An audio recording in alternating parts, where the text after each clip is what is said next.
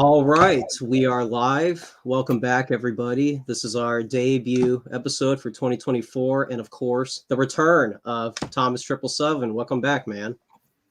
Hello, thanks for hosting me. So for this one, I know before Thomas was on board, we did a brief summary of the 60s, but I think we missed a couple things with the 1950s and some of the beatnik culture. So I was curious to get your take on that, and we can go wherever you'd like because there's plenty of content there. So what is your general take on a lot of the 50s subcultures and people like Kerouac, etc., which would eventually go towards Ginsberg and the hippies?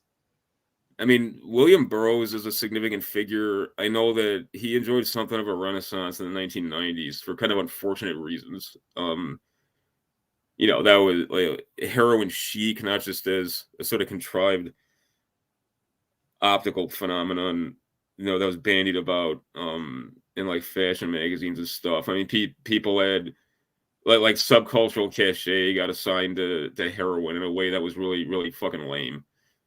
I mean, everything about heroin is lame, but there was also, that's when there was kind of a resurgent interest in noir stuff too, and that wasn't an accident. And the reason why is there's a lot of deep lore to the 50s that has more of a kind of enduring substance to it that I think people find more relatable than they do. The 1960s hippie counterculture, which always was kind of astroturfed in my opinion. The 1950s, government was way more insinuated into people's private lives than really has been the case before or after. That's not just a myth that's, pulled out by gay activist types or, by crazy abortionist types. And there wasn't really any sort of like sinister conspiracy that underlay that. It was sociologically pretty inevitable.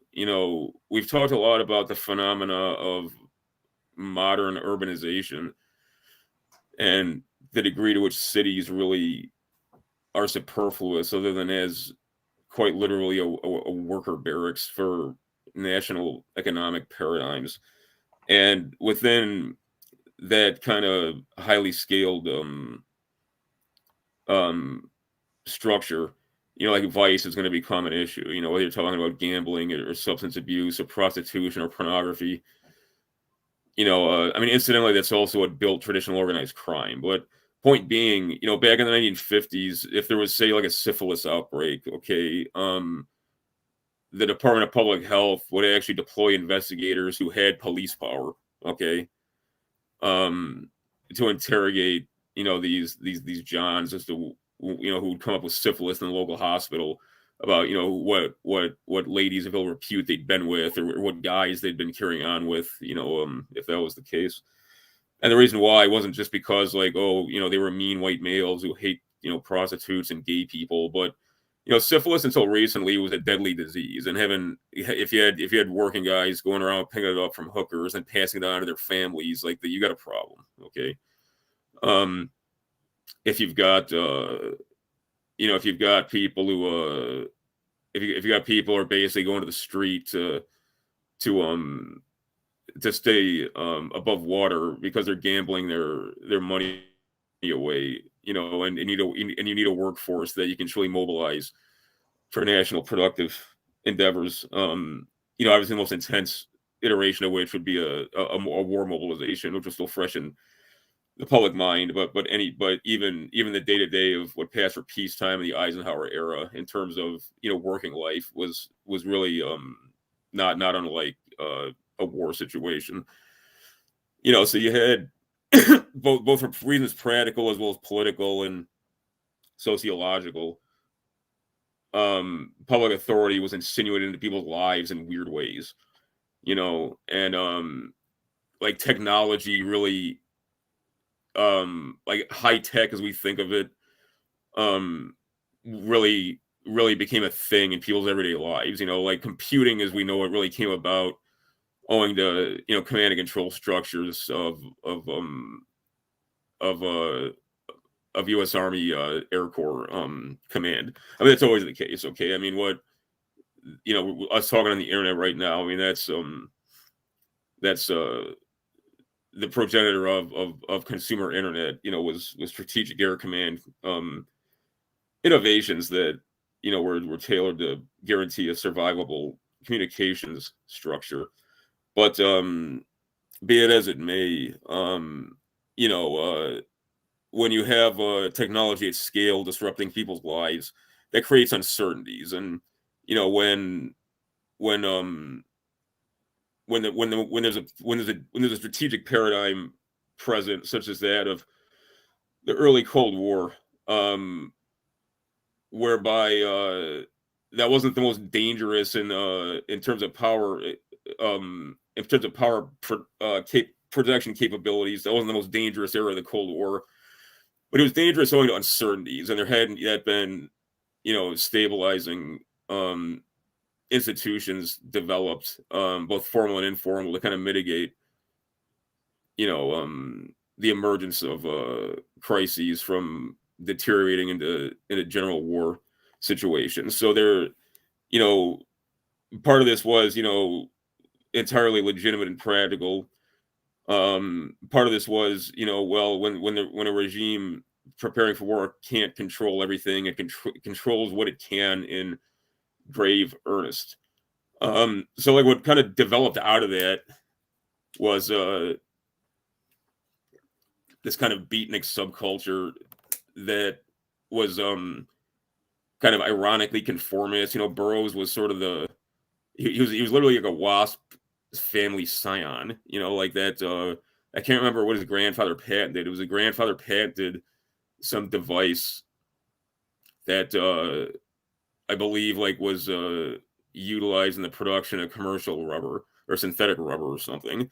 So like Burroughs never had to work. He just got cut like a he just received dividends from this like family trust, and he there was like a sense there was like a self-conscious understanding of his own obsolescence, not just him as like an individual man, but like his caste. So it's like, well, we're just like these beat people, like we don't have the potential, to create any great conceptual horizons again, or to like, do what we did in the building of America. So we're just gonna do heroin and pursue these kinds of deviant sort of sexual pursuits, these kinds of like the sod like sexual pursuits, and it's just kind of wallow in our own hedonism, just for its own sake, as we kind of exit the stage of history, and that's the intrinsic nihilism I think came from in Beat Generation stuff. I mean, people like Kerouac contra Burroughs, because I mean, first of all, he wasn't like just like a creepy sicko like Ginsberg, but he also, I mean, Ginsberg or Burroughs was like a very dark individual, and Kerouac was basically like a positive person. I don't mean that in like a corny way, although I'm sure some people interpret him as such, but that's basically that's basically what the Beat Generation was, and the way it got appropriated. Like a lot of the hippie generation, it was people who weren't really insinuated into that, because again, it was very much kind of like an elite movement. I don't mean elite in like a genuine sense. I mean in sort of like a very class conscious like snob sense. Like when kind of the middle class and kind of like campus culture types like got hold of the Beat Generation ephemera and sort of cultural conceits. They kind of turned it into this. First they insinuated stuff to try and make it deliberately more exotic. With this kind of like faux like Eastern mysticism and stuff. But they also, they kind of they injected almost this kind of like big tent revivalism, sort of like like vigorous optimism into it that seems sort of out of place considering what was underway. And I mean, I'm not going to sit here and say that like Burroughs and his friends sitting around watching Kenneth Anger movies and doing heroin is cool. It's not at all cool. It's fucked up and gross, and totally it's totally like an embrace of like death culture, literally. But it is like more legitimate than like idiots like thinking that by burning their draft card and listening to Beatles records and and taking in, you know, pop culture like Woodstock, that, you know, they're being edgy or something. Like there was an authenticity to beatnik stuff that can't be said to be, you know, like phony or whatever. I mean, again, that doesn't somehow legitimize it, but I think that's really what it is. Like it's how it's kind of a it was another subculture that got neutered and kind of repackaged, you know, just like rock and roll was a very dangerous tendency in terms of the way it was perceived by, you know, the regime. I don't just mean the government, I mean like the entire social regime. Similarly, like beatnik culture, it was like adjacent rock and roll in the sense that it was something that was potentially like very destructive and dangerous and spontaneously chaotic, and that got kind of like appropriated and repackaged as like hippie culture. That's my short answer. Would you say it was inevitable for the Beatniks to become kind of commercialized or modified by the next hippie generation, or do you see that as off track from the original ethos of the Beatniks?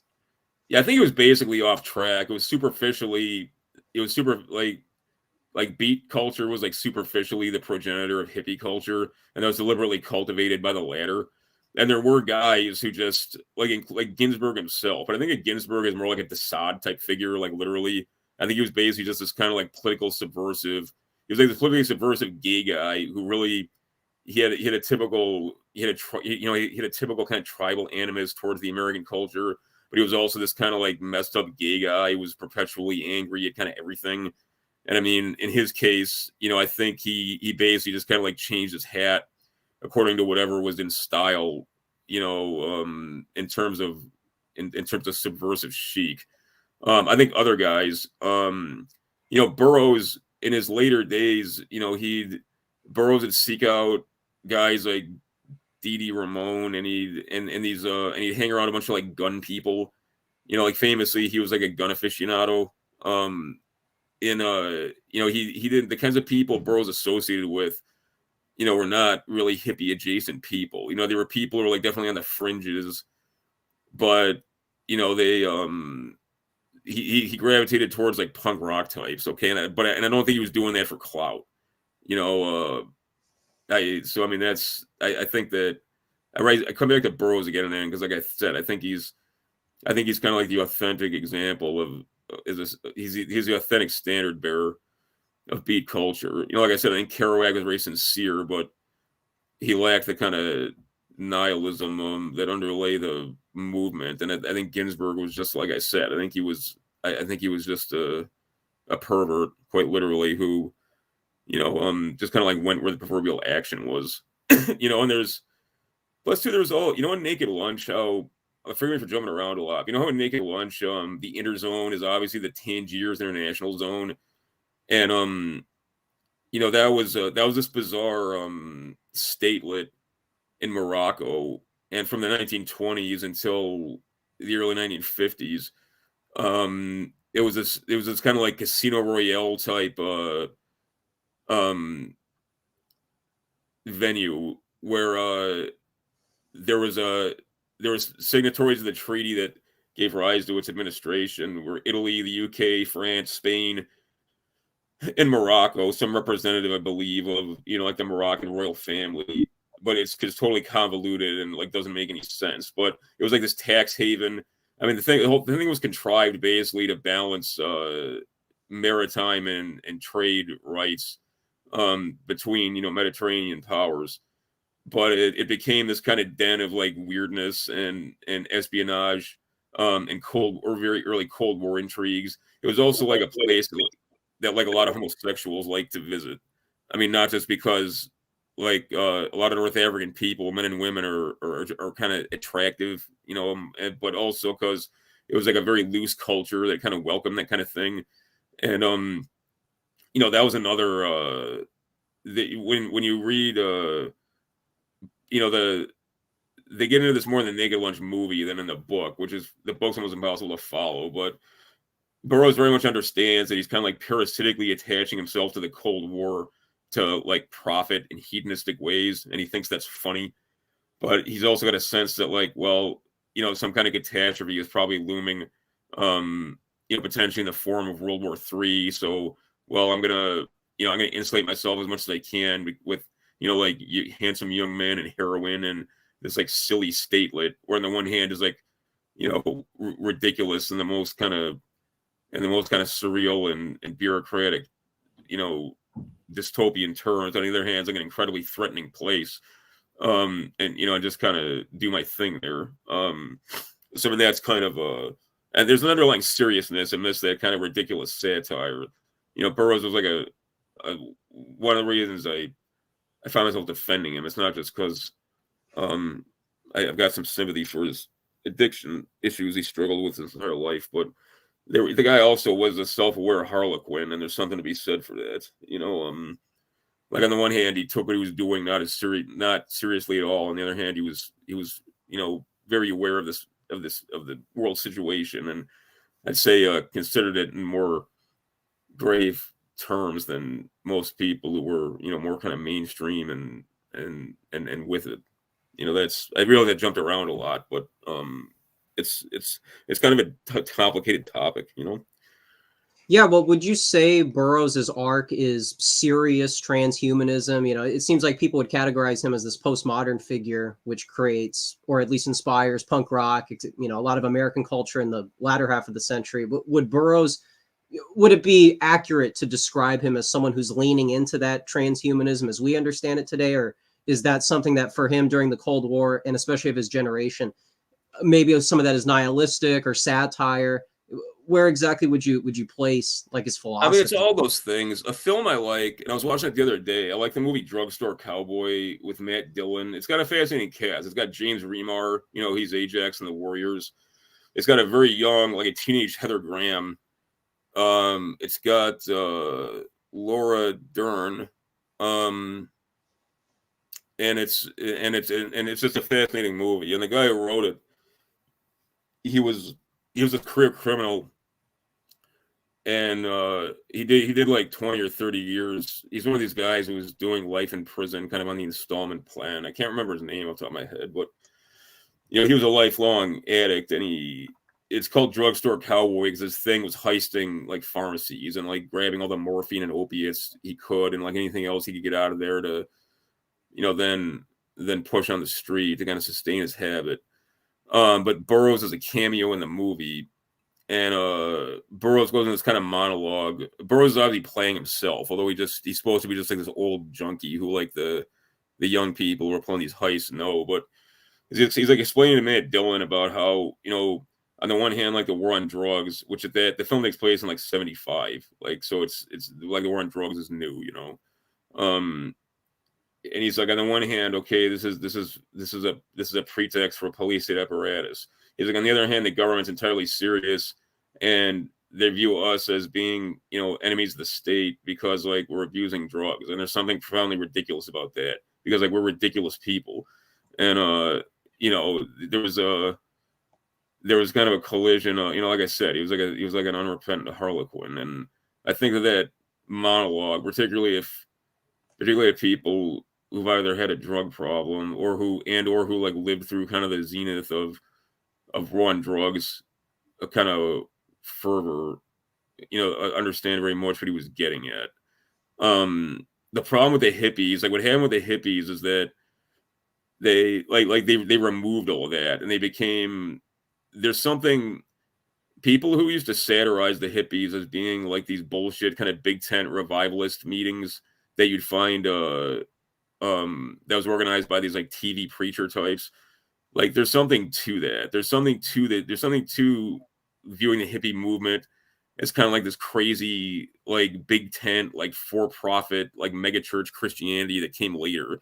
Like there's, and that's something that very much, not only the Beatniks, like elitist types, however misplaced that may have been for them to like view themselves as being some kind of cultural vanguard.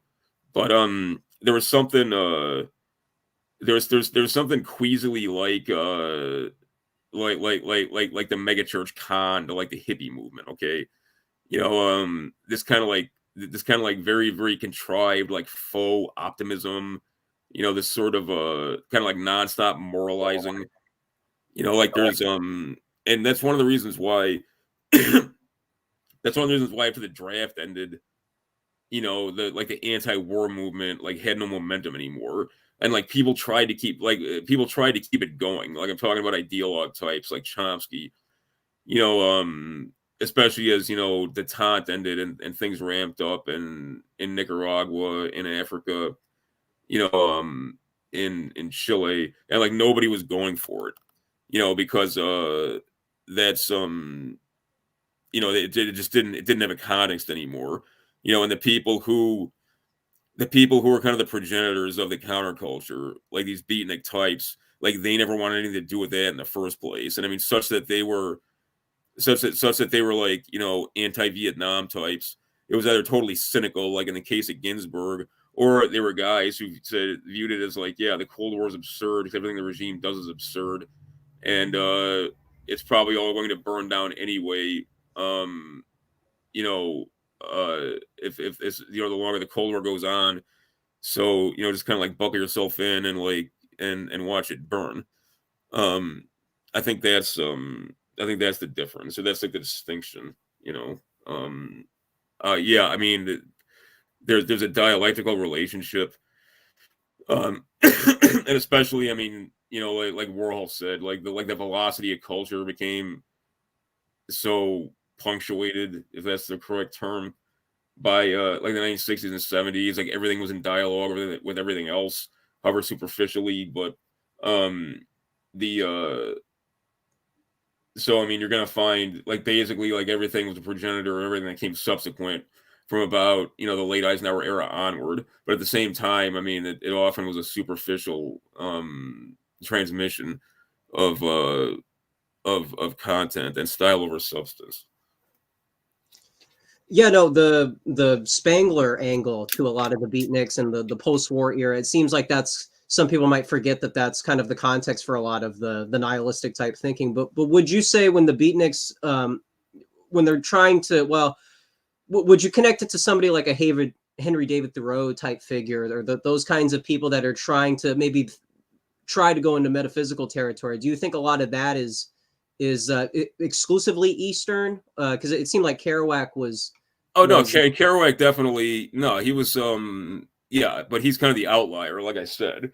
Like no, in his case too, his like Walden 2 type longings, if you want to look at it like that. Like he, yeah, no, he wasn't, that was neither fake, I mean, nor was it some sort of attempt at appropriating some sort of exotic you know, foreign tendency to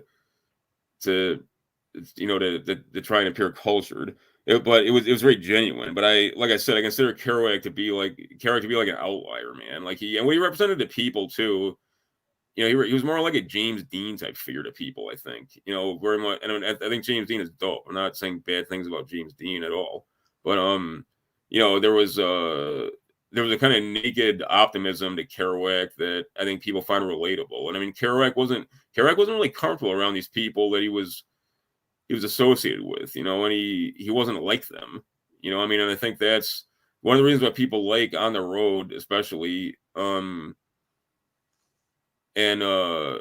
is because they you can put yourself in Kerouac's shoes as observing not just, you know, the state of the country at that time and in that kind of frozen moment, but you know, when he's around these people like Burroughs, like Ginsburg, like, you know, he's kind of like the eyes of the reader, you know, because like, wow, these people are really fucked up, you know. It I mean, Burroughs was a disturbing guy, man. Like Burroughs straight up murdered his wife. I mean, I know he said his alibi, he was quote playing William Tell, and in his case, because he probably really was playing William Tell, but that's like that makes it even more fucked up. You know, I mean, the you know, but it's also it goes to show you kind of like how weird Kerouac you know, a few decades before or a few decades after, Kerouac would have had way more of like a normal life because you know, if he'd been born like when I was, um he'd be on the kind of tip like literary types are now. um wherein, you know, you actually have a lot of freedom, and you can kind of create your own, cultural environment within reason. Okay, you know, it's cheap to travel comparatively. You know, everybody's connected to everybody, so I mean, you can seek out, you can really seek out like a community of fellowship with other artists. And he was born beforehand, like he would have been recognized early on by like these university types as like a real talent, and he probably, you know, he would have been able to land like a university job at some kind of straight laced institution, you know, but that would like he would have been able to like write his own ticket basically, like with his literature, and he probably would have aimed higher than just kind of like, you know, biographical, you know, and culture stuff. Like, which is, I'm not like looking down on that at all, but I'm saying like he found himself on like a weird, a weird epoch, man. You know, for anybody, but especially like a writer like of his background, you know, who like was neither like a degenerate, you know, like rich guy, like Burroughs, nor like some like, you know, ethnic type, you know, nor some kind of like radical who got swept up in you know, kind of the Eisenhower era, like Kulturkampf, you know, owing to like associations that, you know, like inherently kind of like assigned him that role. So yeah, I forgive me for rambling. I'm still not feeling great, but the way to look at Kerouac, and I'm certainly not an expert in his life and works, but the way to look at him is as an outlier. All right. Well, I was curious, since there seems to be some parallels with like European romantics, and since I forget where I heard this, but the post Whitman America seems to resonate with Kerouac, or at least his movement or alleged, you know, Beatnik influence, that kind of subculture. It seemed like there was some parallels there, but I don't know quite if that's accurate. And maybe name dropping Henry David Thoreau wasn't appropriate for the kind of. Oh no, it was, because I mean that's that kind of. That's what you're talking about. If you're talking about, you know, the transhumanist tendency in American literature, and but it's also too what I do know something about, like the role of the American novelist, and like the way the novel is viewed as a sovereign form in America, like in a way that other things are not. You know, like I made the point the other day in my own pod that, you know, like film and literature are the only truly kind of sovereign mediums in America where like a cultural product could be truly, you know, like kind of transformative in terms of people's worldview, or truly capture like an epoch. You know, like there wouldn't be like an American painting that did that or something. Like there's great American painters, yeah, but it's a different thing. But the you know, and it's also too but the but this put pressure, particularly in the early to mid 20th century. This put pressure on literary types, you know, to write like the great American novel. Like it almost became like a cliche that was like lampooned by like novelists themselves, you know. And Kerouac, in kind of, you know, writing about the culture and like a self-conscious capacity, as well as like, you know, making it very personal. I mean, that's that in a lot of ways was like a revolt against that. I'll be back in like 2 minutes, man. Can you sit tight? Sure. Yeah. Yeah. Sorry about that. I just got to stretch my legs because no, for sure. Yeah. Give me like 2 minutes. Yeah, for sure. No, you know, monologue a little bit here. For somebody my age, obviously a lot of this is very over some people's heads, and rightfully so. We didn't grow up in the 60s. You know, AA talked about the boomer truth and how a lot of the politicization of, you know, the 20th century is something that holds some people back. But with the Beatniks, I feel like kind of going back to something that was done on this channel before Thomas was here, we talked about subcultures and we talked about pop culture events, you know, as if they are of the same stature as certain political events. And it seems like today, a lot of the history that's written about the 60s seems to focus on, you know, people who would value something like Ginsburg speaking at the DNC. They would see that as kind of a pivotal figure. Chomsky talking about the Vietnam War. But if we go back to the 50s, where the hippie movement allegedly came from, you know, rightfully so or not, the fact that the Beatniks, for people my age, seems to have a lot of parallels with the dissident right today, and a lot of, you know, far right circles, and the kind of the change between getting out of politics and becoming these kind of art critic or maybe literary type movements. You seem to see a lot of that stuff today on Twitter and with certain podcasts. And a lot of that context, I think, goes back to the 1950s with that specific subculture. That's not to say everybody agrees with all the figures of that time and that there's a direct connection with certain authors. But I think what a lot of people my age kind of take for granted growing up in America, and for some people after the 20th century, I think it's very important to put the legacy of pop culture maybe somewhere in the same conversation as the way people talk about Woodstock and Altamont, but also like JFK's legacy and the Vietnam War's legacy. It seems like not including the Beatniks and also trying to get the history correct descriptively with what they were trying to do. I think a lot of that is kind of forgotten, especially with people my age. You know, this seems like a tangential hobby. You know, maybe some people like the books, and it's kind of like the Literally Me, Taxi Driver, and Ryan Gosling type hype. But beyond that, it seems like the literature from those movements tell a story about America that's not just in a political category. Because I would like us to get out of the political and into this more artsy kind of in this weird territory, like you said, with the media, the movies. It seems like people don't put that in the same stock as some, you know, Obama's book about whatever, becoming president or whatever. They see those two things as like unrelated. But obviously in the 60s, you get a lot of social movements that warrant our attention to understand American history. But I know that was a little rambly. Are you back now, Thomas? I got to... yeah. For sure. Okay, awesome. I'm also relearning how to do the show again. This is a nice reminder here too. But yeah, just I'm also curious for people my age as well, because obviously the hippies overshadow the Beatniks for a lot of people my age, if they even know about the hippies in general. But I do think a lot of the Beatnik subculture would explain a lot of the people my age that veer into that nihilistic, you know, that yearn for something that they don't quite know how to articulate. Maybe certain things that the Beatniks were up to may make sense in the historical context. But I know that. Yeah, I mean, there's a lot to that. Some guys in the comments are saying people really don't understand Generation X, man, like at all. Like Generation Xers are not like boomers part 2. Like they've got other problems, and like a lot of them are fucked up liberals, but like they're coming from like a totally different place. And it's the stuff they draw upon is not the same at all, man. Like it's not like boomers look really, really, really weird to Xers, especially because most of our parents like weren't boomers. You know, like that's why it's like goofy as hell when like internet guys like, oh, you're a boomer, man. You're like over 22. It's like you don't get it, man. You don't get how weird like boomers are. You don't get like how impactful they were on the culture because of, like what a huge coterie they are.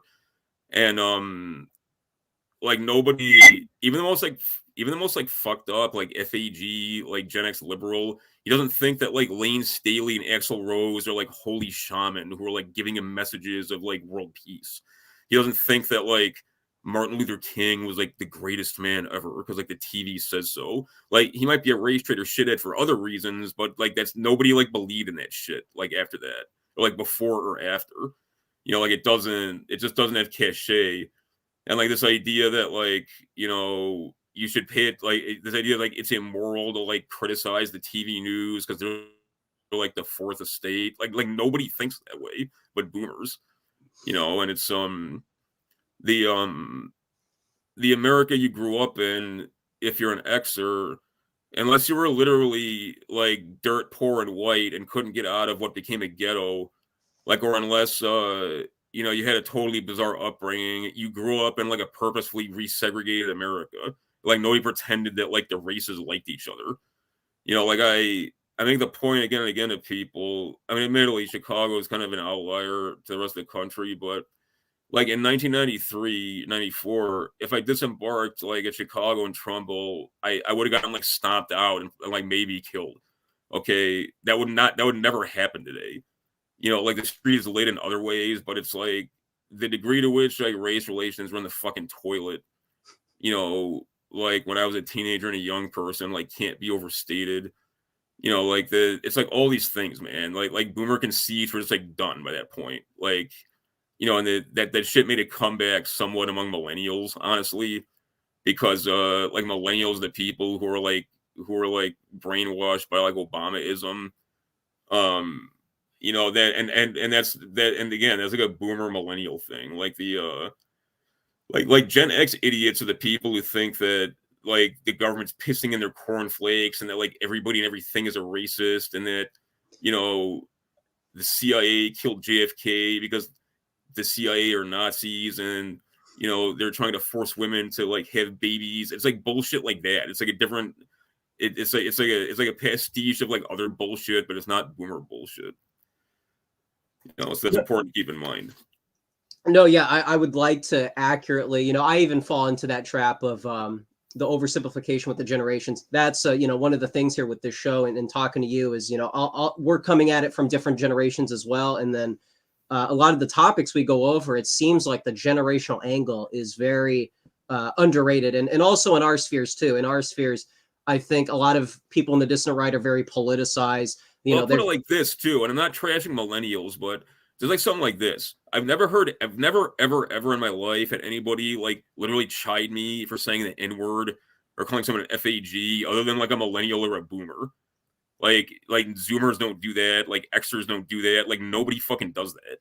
You know, like it's this weird boomer thing and this like brainwashed you know, like 30 something millennial, like I grew up in geography and nowhere type attitude. Like nobody thinks that way but them. So it's you know, that's the but it's also too like Xers are like thin on the ground. You know, like we're not like there's not a lot of us around, so we don't have like a big impact on the culture. You know, so it's like even if Xers had this kind of like crazy sort of subculture unto themselves like boomers do, like it wouldn't really have an impact because there's not enough of us for it to. You know, I mean, so I mean, there's that too. Like and it's just, I mean, the last time anybody really believed in America like as a proposition, and it was considered like unseemly to attack that sensibility was like it was under Reagan. Like after that, like that shit was done. Okay, so if you so this kind of abiding the state ideology, like it's literally a civic religion. That's like a boomer thing, and to a lesser degree, again, it's a minority of millennials, but it's like the Obama millennial types who like have internalized that too. You know, like it's immoral to like not think this way.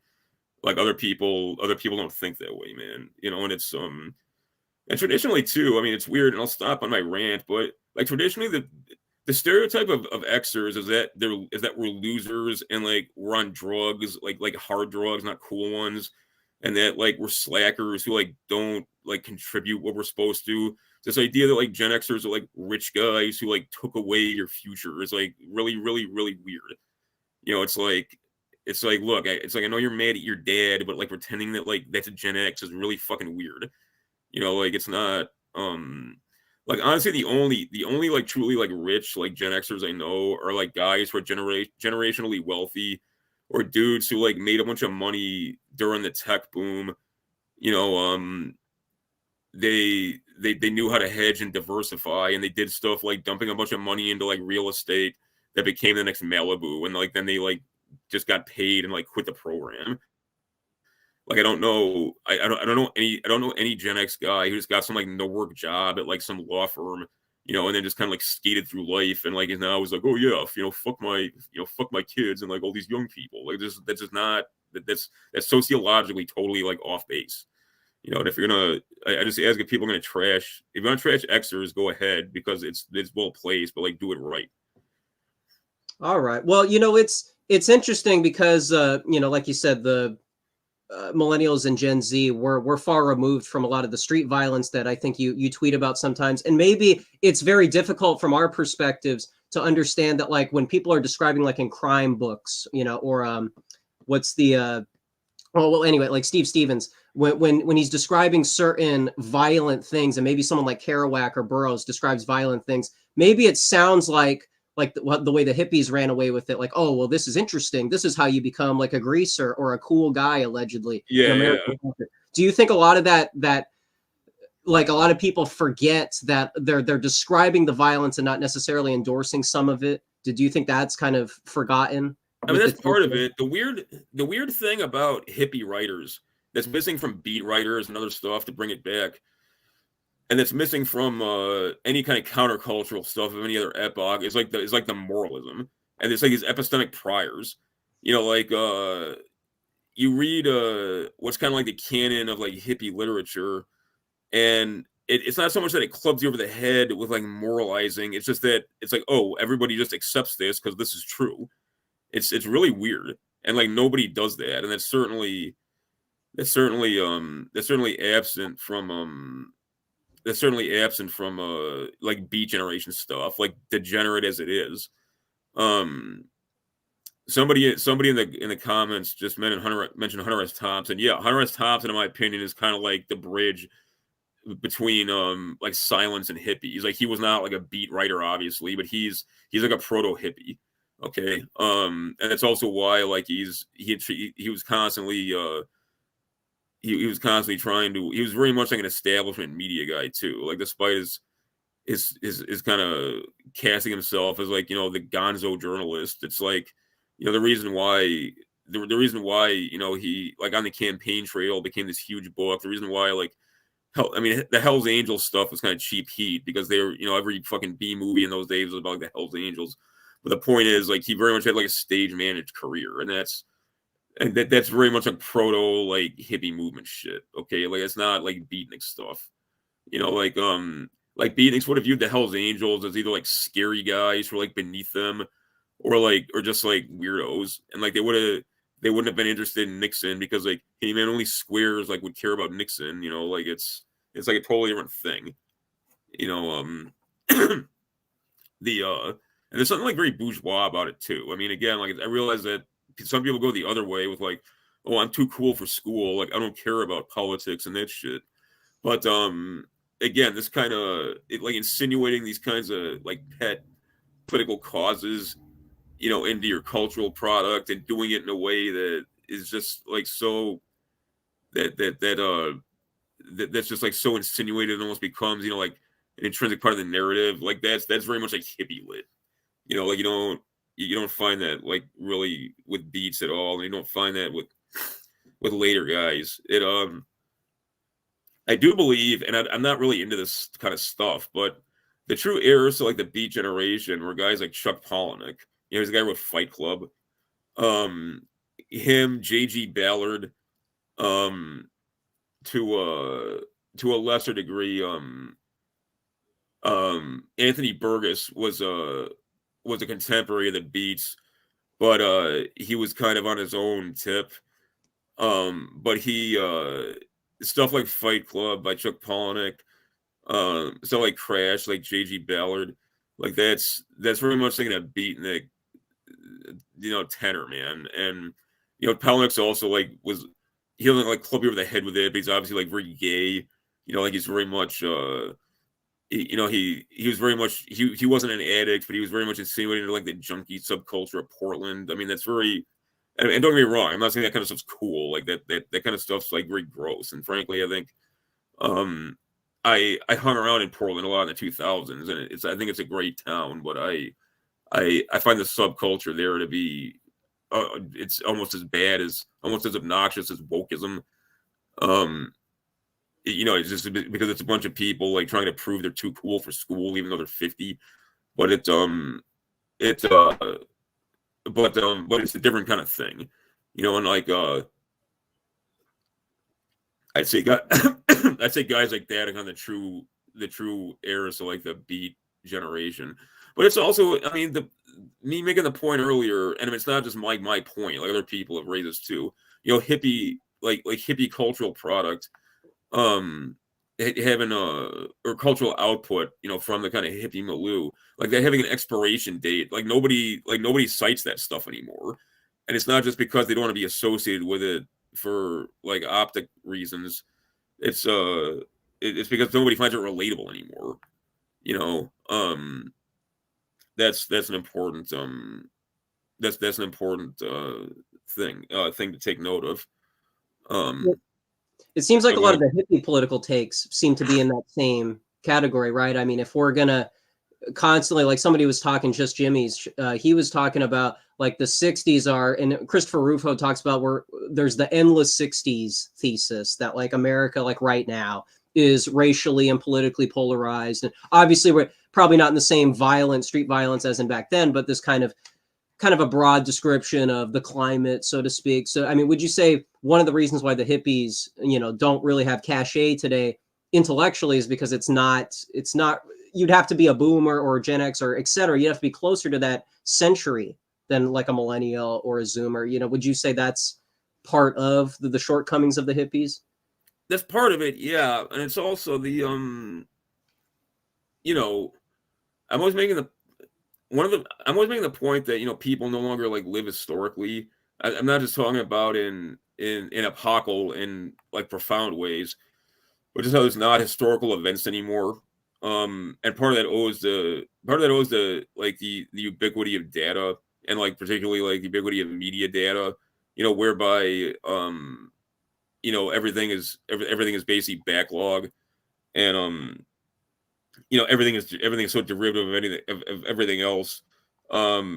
It's everything just becomes kind of like an optimized product, tangible or intellectual. I mean, there's all kinds of reasons for that. But the hippie movement is like hyper historical, like not in like profound ways or meaningful ways, but it's basically it's basically kind of it's born of a kind of 1968 or postmodernism that both ultimately led to like the isolation and ultimately the defeat of Marxist Leninism as like a meaningful ideological tendency, but also that kind of but also kind of like insinuated a very strange like a moral dialectic into what theretofore had been kind of like bourgeois like normalcy. It's about outside the scope of what we're talking about, but the fact is, however, people can argue that a number of ways, but what's inarguable is what I just said, that the things that gave rise to hippie culture were like hyper historical, and even like the assumptions they drew upon, like their their ideas about the inevitability of nuclear war if detente wasn't pursued as a policy ambition, not just as a tactical orientation. Like this kind of like Malthusian claim about like the carrying capacity of Earth being imminently exhausted. Like some of that stuff's like endured as like apocalypse myths and things. To greater or lesser degrees. Like the environmentalist movement, I guess if anything, is kind of like the legacy of it. But the rest of this stuff, just doesn't have cachet anymore. It not just doesn't have cachet, like it has no context anymore.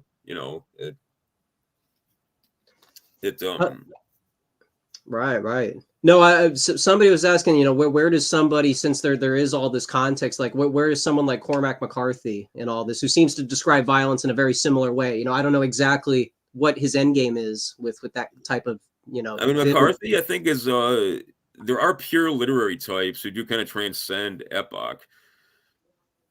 His whole jive was that the American West developed. There's almost like its own. There's almost its own like conceptual theology to America, and that was most in the most sanguinary and like powerful and like literally violent terms. Kind of took shape in the West. The idea of like America being quite literally like God's bounty, and like America also being a crucible, whereby a biased yeomanry. I mean, this is how they viewed themselves. I mean, had to fight a racial war against savages in order to partake of what God had set aside for the elect. And this they need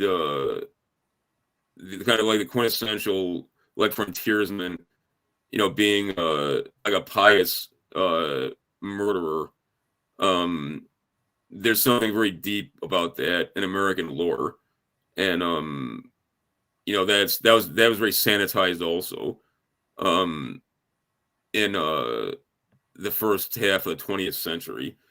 And it's interesting now, the stuff, there's not a lot of like Western oriented stuff put out anymore, but such that it tends to be not just niche, but it tends to be pretty historically and philosophically sophisticated.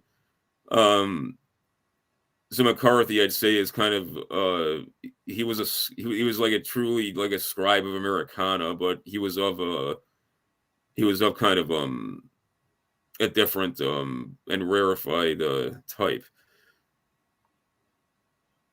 All right. No, that was, I know that kind of seemed a little off topic, but yeah, a lot, like you said, I mean, the literary movements in America do seem to be this kind of like, oh, well, if you're like a theater kid type, then you're interested in this, like, because it's like a hobby, because maybe you see yourself in some of these characters for like it's The Great Gatsby or something. But yeah, no, it does seem like that's the missing link with a lot of American history. We understand the politics. Also, yeah, I mean, speaking of The Great Gatsby, I mean, stuff like Cormac McCarthy's Blood Meridian, stuff like The Great Gatsby, F. Scott Fitzgerald, both of those books, they're totally different kinds of books, obviously, but the way they're written, from the plot devices to the narrative structure to the grammar, is very unusual.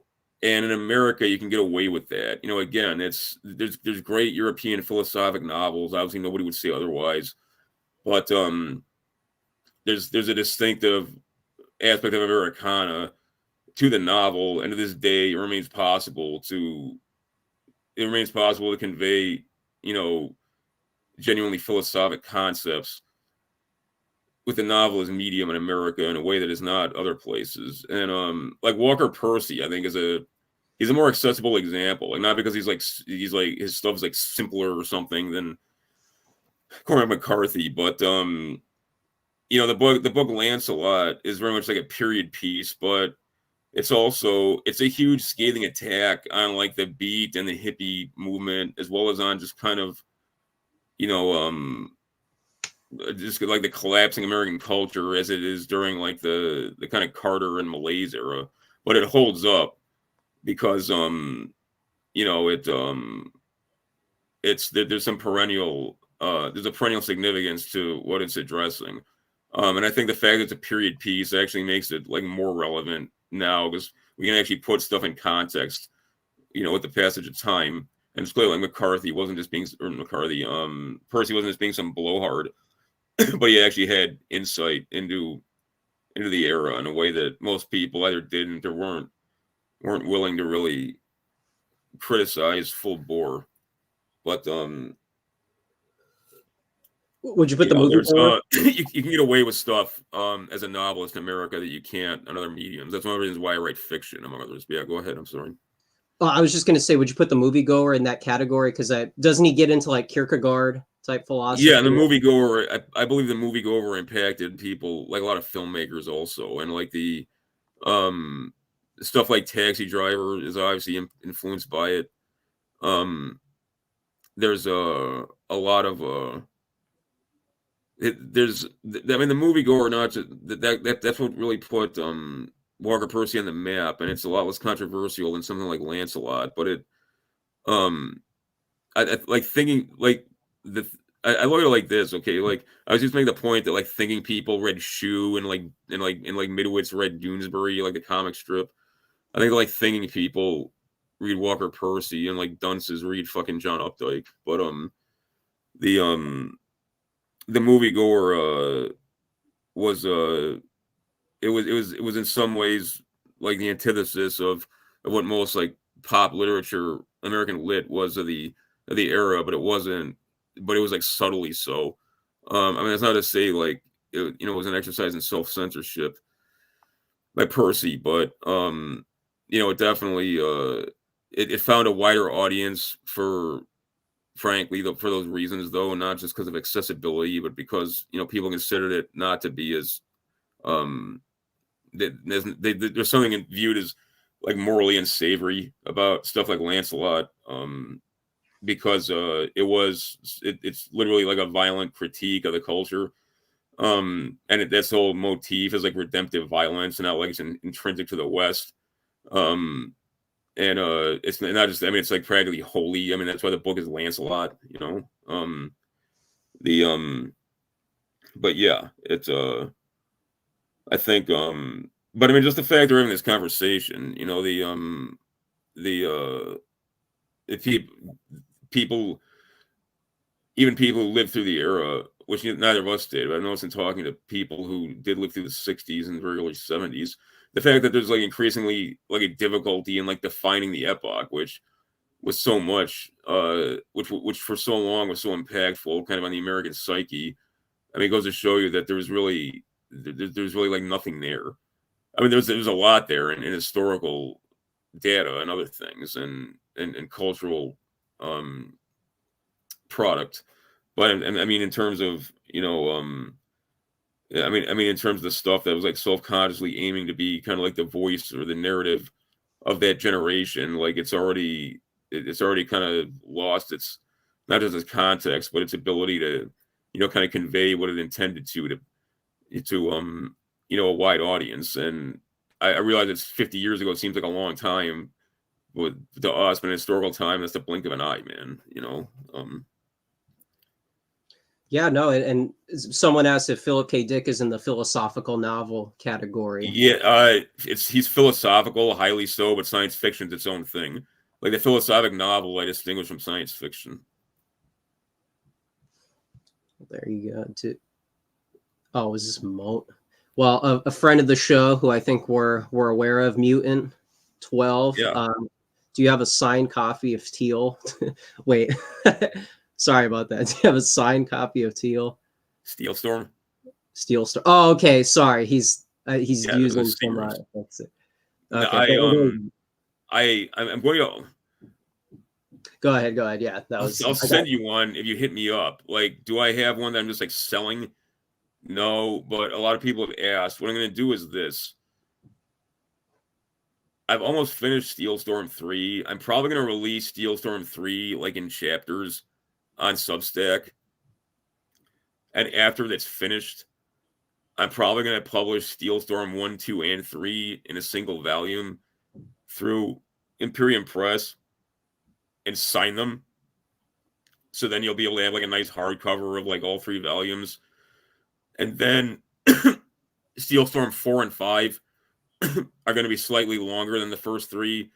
And those are going to be like the final 2 volumes. But no, as of now, like there's not like a signed copy you can order. But if you hit me up, like I will send you one. Well, there you go. Well, thank you, Mutant, of course, big friend of the show. And I know somebody back was Just Jimmy's was asking back about if the generation that came before the hippies could have kind of prevented a lot of the result of the hippies if they had tradition and preserving culture in a much more direct way to kind of prevent the political legacy of the hippies. I mean, I think he was kind of asking just kind of broadly, do you think there was anything that could have been done to stop the kind of what ended up being the hippies and their excesses? I mean, I don't think so. And I think also, like I said, I mean, the fact that that cultural product is not really impactful anymore. I mean, it's such that it is, it's kind of become like a punchline. You know, like, no, I don't think the way the culture was co-opted in the Vietnam era, like the Vietnam / Johnson / you know, Watergate era, I don't think that could have been that couldn't have been prevented by some kind of countervailing tendency, because it quite literally was. It's like St. Francis said, you know, like what was being produced in those quarters that was like elite opinion. Okay, it was the conceits of the managerial state, you know, kind of like packaged for consumption, like in large part. Like a lot of these people, I mean, like Allen Ginsberg. Like, I'm not saying that like he was some, you know, sort of like, you know, operative or something or what have you. I'm saying that the stuff that people like him are doing was spontaneous, the regime found it useful, and obviously owing to like tribal affinities and other things, he found fellow people like him, found fellow travelers in the managerial state, who then proceeded to sign off on this kind of cultural product as not as legitimate, or not just legitimate but laudable, and I mean things like that. It's so for something like that, there to be like a kind of for there to be something like with momentum as kind of like a countervailing tendency in the culture, there would have had to have been kind of like a divided house, quite literally within the regime, like sociologically speaking. And when I say regime, I just mean like officialdom. I mean the entire structure. And there was definitely like a culture comp like writ large, but it's not like that was being played out. It's not, within like Madison Avenue, like advertising firms and like within like record companies or something like that. There's very much a consensus on how those things were viewed. And the internet really is what broke that. I mean, obviously, like when consumer internet hit and began popping, obviously like the 60s were long gone, but the same people who were the progenitors of those of that cultural product were still, at the helm. We're still deciding like the course of the culture in terms of what kind of entertainment people consumed and like what was acceptable and what wasn't. And that this played out, like E. Michael Jones was making the point, like the Communication Decency Act, which is a splendidly Orwellian euphemism because it actually was like legalizing internet porn. Like that was kind of that's kind of like the last hurrah of like big media, like being, or like, I mean, pornography then, it wasn't big media in the way like ABC or like Warner Brothers was, but it was capitalized, comparably to a more respectable brand. That was the last time some like big media brand like kind of took the conventional path of getting rubber stamped by officialdom, and then proceeding to try and like exploit like the new direct to consumer medium to full effect. But like very rapidly, like very very rapidly, like the internet became its own space, which then is now like couldn't be managed the way that they wanted it to. And like, don't get me wrong, like 90%, like probably like 90% of the internet actually is like porn. So I mean, like those perverts won. They got their way, but the fact is though that like us having this conversation now, like that can't be stopped. And they were trying, for decades. The regime had a bully pulpit and absolutely could stop what we're doing right now. It can no longer do that. Sure, yeah, and the technology aspect I think is something that I've been kind of more focused on for as far as like descriptions in my mind. I know a lot of like Mary Harrington and a few others. Louise Perry kind of described this when talking about the sexual revolution. But right. I'm sure you would also be a little tired of certain what is it, Quigley, and a lot of these like conspiracy type things that get talked about, MK Ultra, when we're talking about the 1960s. I know that's kind of like a crutch for a lot of dissident right, far right types to kind of go back and do some revisionist history on the decade. But would you say that that's kind of played out, and then maybe we're kind of past that kind of talk with talking about the hippies and the CIA? We should be, yeah. And I mean, there was anybody who still thinks that way doesn't really understand the way that doesn't really understand the way that like data is transmitted these days, and doesn't really understand what like conceptual spaces entail anymore. And it wouldn't like even if there was like a domestic intelligence apparatus that was highly competent and that had very strong sort of like organic support from a very committed sort of cadre that constituted the control group of government. The way they'd have to set about managing conceptual spaces, it would be very different. It wouldn't than what people allege. And anymore, the fact people talk about quote unquote psyops, like as if they would, during the era of like print media or something. I mean, that's ridiculous. It's like talking about it's like talking about people like sword fighting, in the era of, like ICBMs and things. But yeah, I'm gonna raise up in a minute, man, because like frankly, I'm still not 100%. And I'm sure everybody's tired of hearing me ramble.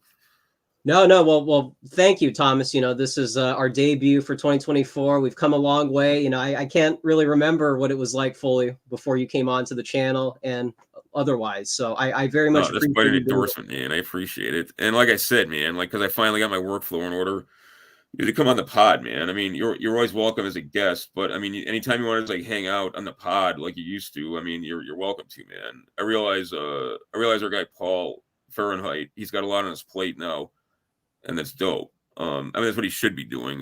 If he was like, I'm gonna drop like, normal life stuff, so I'm gonna like hang around with you on a pod, it'd be like, no, man, that's not that's not really what you want to do with yourself. But but yeah, man, anytime you want to join me on the pod, man, on either side of the proverbial mic, yeah, please don't hesitate to reach out. And yeah, again, I'm sorry.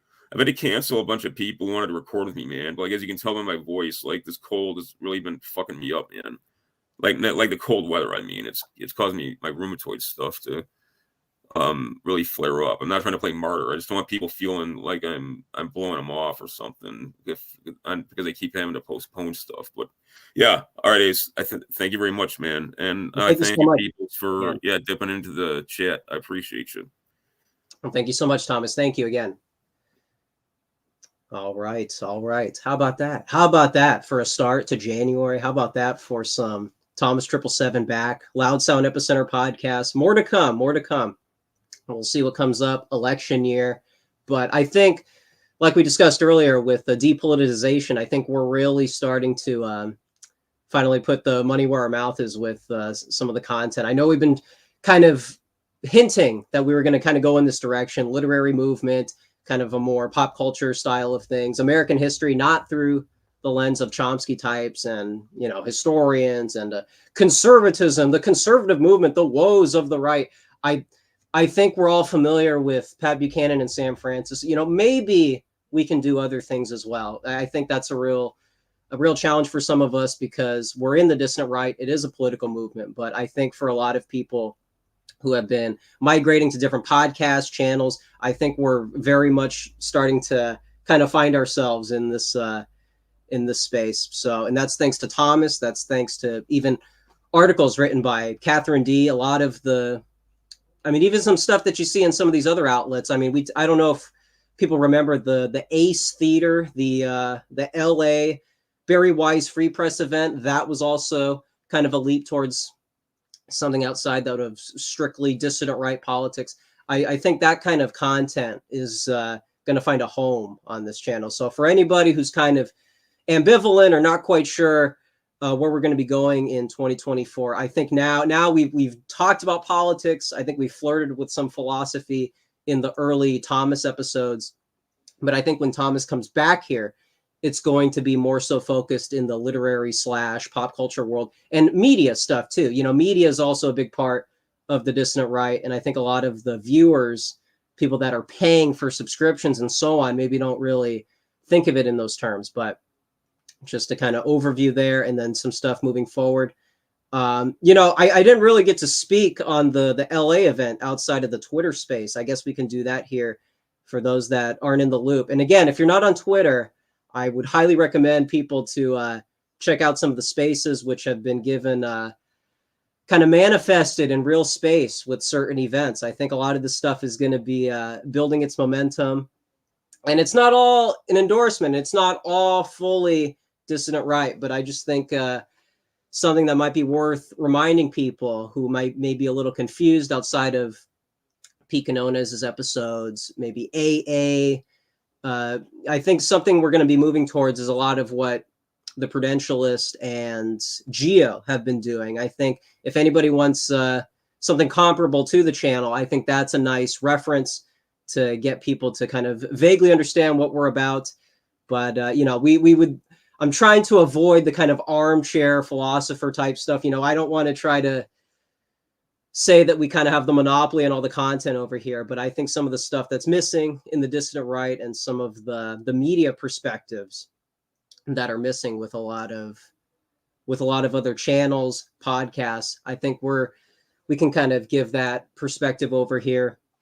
And for somebody my age, I think it's very important to not see the dissident right as strictly a political movement, and to kind of understand why the beatnik culture is so influential and relevant when we're talking about some of these other topics. Because maybe you go on to certain other channels, you know, maybe there was, maybe you go to certain channels without naming names where it's very much this political theory, mold bug, etc. type content. You know, there's kind of a pattern with a lot of the content. And I think the pop culture falls by the wayside, and not rightfully so, because a lot of what we were talking about in some of the spaces was the fact that a lot of us came into this through the kind of 90s TV, public access radio, media world that kind of normalized a lot of this stuff. You know, stuff like InfoWars. Maybe we don't agree with the politics, but the model is a lot closer to this channel, and the dissident right more broadly. The fact that, you know, sorry for the cringe example, but even somebody like Gavin McInnes,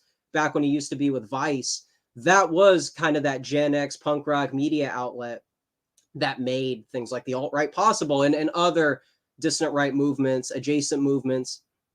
A lot of that podcast media landscape was kind of had some of its early steps with a lot of the aughts and a lot of magazines that, you know, obviously people my age aren't keeping up with, but the fact that the legacy of what we're doing over here goes beyond the political. It kind of goes beyond the theory, the bookworm thing. You know, it's not a disavow of the intellectual content. You know, I feel like we're still contributing to that, but we're not talking about politics in a political way. We're not, our identity is not strictly in this political context. It's very much media, 21st century social media.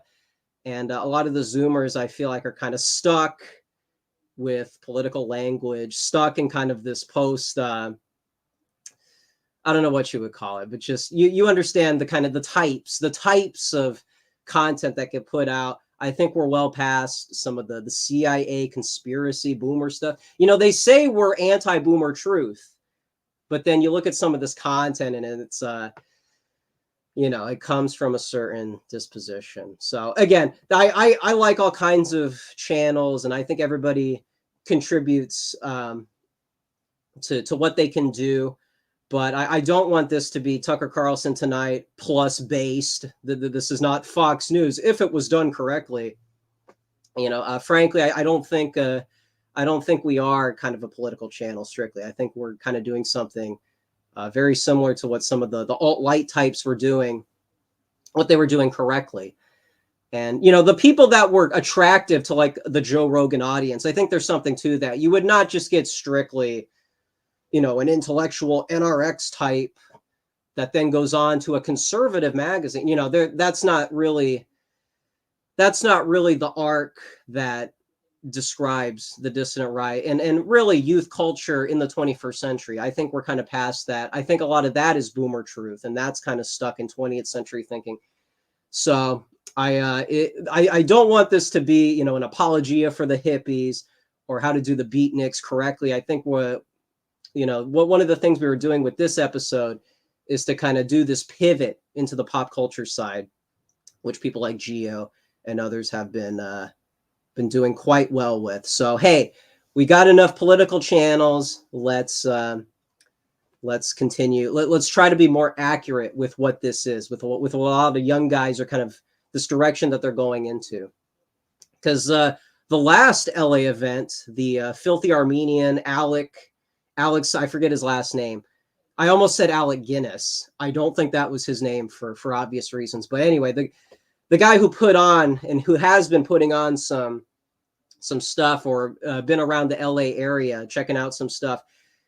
One of the people that pulled up to that, and again, not endorsing every little facet of these things, but somebody that pulled up to that was Richard Hanania, who Keith Woods had on his show, just put out that book about wokeness. And, you know, there's a lot of utility to his book, but one thing that he said that is kind of relevant for this moment and more broadly is he kind of asked, what exactly is this? This filthy Armenian event. It was this Red Scare adjacent, BAP adjacent. It was this gray area dissident right category, and he was asking, what is this? And I'm sure he's an old head, so of course he knows more than he's putting on.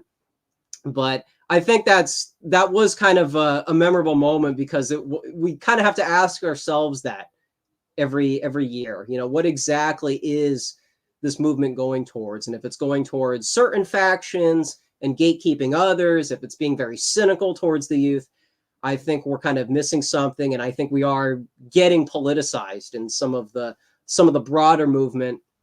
And one of the things that keeps people sober-minded is a lot of this kind of not very millennial, not very angsty personality that maybe some of these Zoomers have been privy to. And some of the older folks kind of act in a similar way. So, I know earlier, I think I hinted that I'm kind of warming up to the millennials for that reason. But I think some of the broader audience that consumes a lot of the podcast content, I think that take isn't really said explicitly. Everybody migrates to different spheres. But one thing that is kind of a trap is when it gets very political and it gets very gatekeepy. So I think that's something that was kind of an implicit thing that was at that LA event, and going to stuff like that, I think is going to become more commonplace, because as it used to be more so in the East Coast kind of dime square scene, some people on the West Coast, California specifically, I think have been taking notes metaphorically and kind of taking it in a very pop culture direction. So again, it's not to endorse every little facet, every little individual that comes into the scene. It's a big, broad, gray scene, just like the alt-right was back in, before 2017. And, something that Hanania mentioned, it seemed like he kind of said it in a less charitable way, but he said that, back like 10 years ago, when you had Countercurrents and Radix, it was basically WN 1.0, and he kind of hinted that there wasn't a lot of Christians. Now, post-Trump, post-AF, you have, a Christian demographic in this space. And so it might be kind of surprising to kind of look back and remember what the dissident right, whatever you want to call it, the NRX adjacent types, it's come a long way. And maybe we kind of don't think of it in those meta terms, but if you pull up to one of these events or you pop into a Twitter space, I think one thing that people my age have a huge advantage to take up is to kind of be aware of that and aware of keeping it away from going into certain traps, certain pigeonholing, limitations, etc. I think there's a lot of meta content that this channel can be a home to, etc., etc. But yeah, anyways, long monologue there, but I think we're going to be very busy this year. We're probably not going to be too focused on the electoral politics, but because a lot of the cultural stuff will probably be picking up as we get closer to the election, I think there's going to be a lot of topics for us to cover, and we'll probably be able to go from there. But anyway, I appreciate you guys tuning in. If there's any final questions here, I want to take advantage of the fact that, the channel is back and we're still live here. So again, if anybody has questions and is not on Twitter, I'd advise people to go on Twitter, where Loud Sound Epicenter is much more active, and you kind of get some more details with some other characters on Twitter. Here we kind of condense it into a kind of talk show type format, but online on Twitter more specifically, that's where it gets that's where we can kind of have some more wiggle room. And it's just been very fun on Twitter. We were talking with Dalton Clodfelter, who I think came from TikTok. He came from one of those Zoomer spheres. So a lot of millennials might not know the lore and might not know him outside of his AF affiliation. But Dalton is somebody, he's a Zoomer, has been putting out a lot of content, and he's on Cozy. And we were going back and forth about a lot of the Twitter spaces, because last week it was very hectic It was very 2018-ish, a lot of optics war slash e-girl drama, more like kind of a thought wars drama. And I think for a lot of older folks who may have, maybe moved past a lot of that stuff, there was a kind of a re-emerging of that for the Zoomers. But anyways, more specifically, we're talking about Spaces, but we're kind of just talking about the model itself. Like he brought up Vice Media as something that we kind of moved past because it became so liberal. But back then it was kind of that Gen X punk rock thing in a positive way. It was kind of that decentralized, young person friendly, non-boomer affiliated, broadly speaking. And Twitter Spaces seem to have taken up that mantle. It's kind of the next step after Discord. It's the next step after TikTok. I mean, as a cozy streamer, he was even hinting that, or it might have been somebody else who said it was almost better than streaming, because streaming was the thing that a lot of people my age were hovering around, and people that weren't BAP adjacent were really focused on D Live, and then what became Cozy TV. And I think a lot of people kind of take it for granted that the live streams are kind of this thing that people are consuming regularly and maybe not putting into much thought into what comes next, what's going to come into 2025. I think it was Beardson who talked about Periscope was something that kind of became obsolete after Instagram Live was a feature and other places were kind of, modifying those kind of things. You don't really need Periscope in 2023 or 24 now. And live streaming might be in a similar position. I was asking somebody about that, and I don't really know what the answer is, but if Elon Musk continues to manage Twitter and Spaces becomes something that, he was interviewing Vivek on Spaces and Ron DeSantis launched his campaign on Spaces. Again, it's not to focus on the individual examples, but the fact that Spaces were a town square, more specifically than Twitter itself, the fact that the Spaces were kind of becoming the place where you would have a kind of William F. Buckley type back and forth, but you could also have your Morton Downey Jr. content. You could talk to FBAs. You could talk to, where is kind of the Rad Fem arc going, since that was a big thing that happened with the Manosphere. I mean, it's kind of a catch-all for everything, not just in the distant right, but politics in general, American culture, where the youth is at, So I know Twitter Spaces, it's kind of a personal thing. It's something that specifically pertains to people in our neck of the woods. But if we kind of talk about Spaces in this more like how academics refer to the academy, if we looked at Spaces as a place where, things are happening, like the Berkeley students on the campus or the free speech movement, Mario Savio, I think there is that potential to, people should just start, ubiquitously referring to, there's a lot of youth culture escalating, and it's because of certain things that happen on the internet, and then more specifically Twitter. I know Catherine D harps on that quite a bit, because a lot of people are kind of uptight. Oh, Twitter is a place where people share memes and have fun, and what's the utility of doing stuff like that? If what's her name? Roxane Gay is that feminist who wrote that book, Bad Feminist, and she has a chapter dedicated to Twitter. And, everything else is very, from what I saw, was very progressive, feminist, etc. But she talked about how Twitter really was where even a lot of older folks got their news, and, well, specifically her got her news and breaking updates. And so, we kind of talk out of both sides of our mouth with, we spend a lot of time on Twitter for fun, but then the academy seems to not have kept up with a lot of that stuff. And the academy you would never seem to see a presentation on, Twitter and its political consequences, etc. It seems like only people like us and some of these writers are privy to that, and everybody else is still playing catch up. There needs to be that kind of Marshall McLuhan appreciation for Twitter, and maybe Spaces are going to be the next catalyst for talking about a lot of the stuff that happens in the dissident right. But anyway, I'm sure a lot of people here are familiar with that. If everybody here came from Twitter or has a Twitter, obviously you don't really need to hear it from me again. But I think that's another part of this channel for those that may be a little confused. I mean, this really is the kind of intellectual Twitter space for YouTube.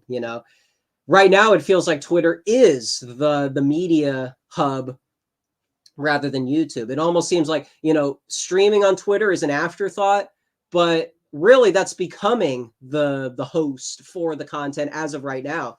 And it's consuming a lot of my time to my detriment. That's not always a good thing.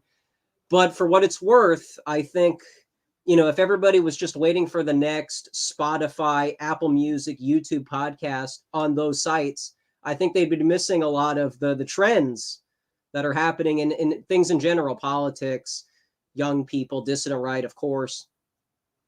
Seems like a lot of stuff is in reaction to threads, to certain accounts. So, just to kind of remind everybody, since this is kind of our debut for the year, that really is what we're doing over here. It's not Nietzsche's Birth of Tragedy, but in a different way, or Jonathan Bowden content, but less pagan. We don't really have to make it about Bowden or paganism or anything. This really is social media content. That's what this is. This is pop culture content that, owes its legacy to the literary movements, et cetera, Walker Percy, and, Kerouac types, on and on. So anyways, an overview for the channel. Now that we have some monologue space here, that's what this is. That's what we're doing over here. So mutant. well, thank you, Mutant. Hey, it's good to see Mutant in the chat. I'm sure he's going to be very busy clipping this channel. And if you go on his channel, check out Mutant's clips. The lot of Zoomers, for those that know, are very avid clippers. They're the ones that seem to be the demographic that understands this kind of media angle that a lot of these political movements don't seem to take advantage of. It seems like a bulk of their shows are the theory and responding back to other people, Rufo, James Lindsay, reactionary waves on Twitter, threads, but it's still done in this, this very political deconstruction, Frankfurt School type thing. And I'm bored of that. So we're going to be doing more pop culture stuff, Twitter adjacent stuff. And I think that is one of the real identities of the Zoomer. The real Zoomer is somebody who grasps that and doesn't just want to contribute to the political takes in the sphere, that kind of sees the ecosystem and then wants to put his hat in the ring and, kind of build off of the anti-classical liberalism critiques, the Sargon, the Lotus Eaters take. This is not the Lotus Eaters. This is not Moldbug. This is not even NRX, strictly speaking. This is Gen Z media content in the aesthetics of the right, the psychology of the right.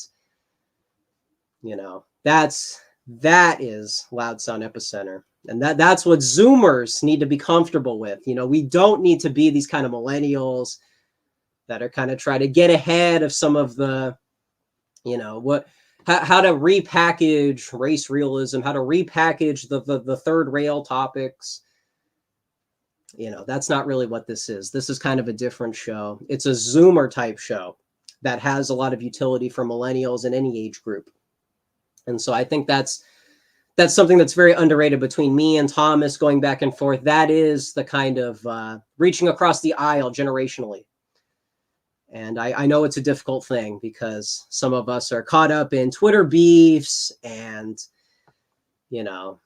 factionalism, all that stuff. This is not a type of fusionism that I want to try to encourage, but it is kind of just a living in awareness of this more kind of depoliticized take on the right. But anyway, what else? I did kind of want to talk about a certain space that happened, which made me very black-pilled about Camille Paglia. Paglia was somebody I first got into seriously last year. And I hesitated to bring her up on the show because I don't agree with her. I don't think she does the dissident right a lot of favors in some areas. And I think she confuses things. But I think I finally am confident speaking on kind of the legacy of where I was coming from in 2023 after a space that happened. So this is more so what I was talking about earlier where developments like this can be addressed. There was a certain somebody who's been on the Whatever podcast, and I, not to recommend that, but this character has been contributing to the discourse, so to speak, in spaces on the timeline, and it is very Polya-esque. It is very kind of rad femme, anti-feminist, feminist, what have you.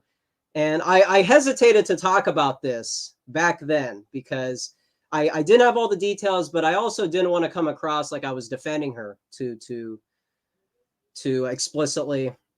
But one thing, after I went to the Barry Weiss Free Press event, that was with Grimes, by the way, and this Sarah Hayter, who's like a former Muslim free speech activist, Louise Perry, who's the author of The Case Against the Sexual Revolution, who's been making waves on, these magazines, these kind of first wave feminist magazines, but then also kind of anti-sexual revolution talk.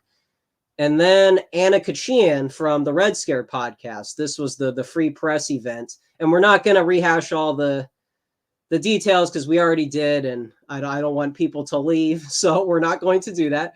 But one thing that happened at that event was people like Anna Kay were coming at it from the pro-Polya position, and somebody like certain millennials, certain weightlifting, dissident right types, certain Ray Pete recommending, bohemian layabouts, so to speak. People come at the dissident right from this very live and let live cultural attitude.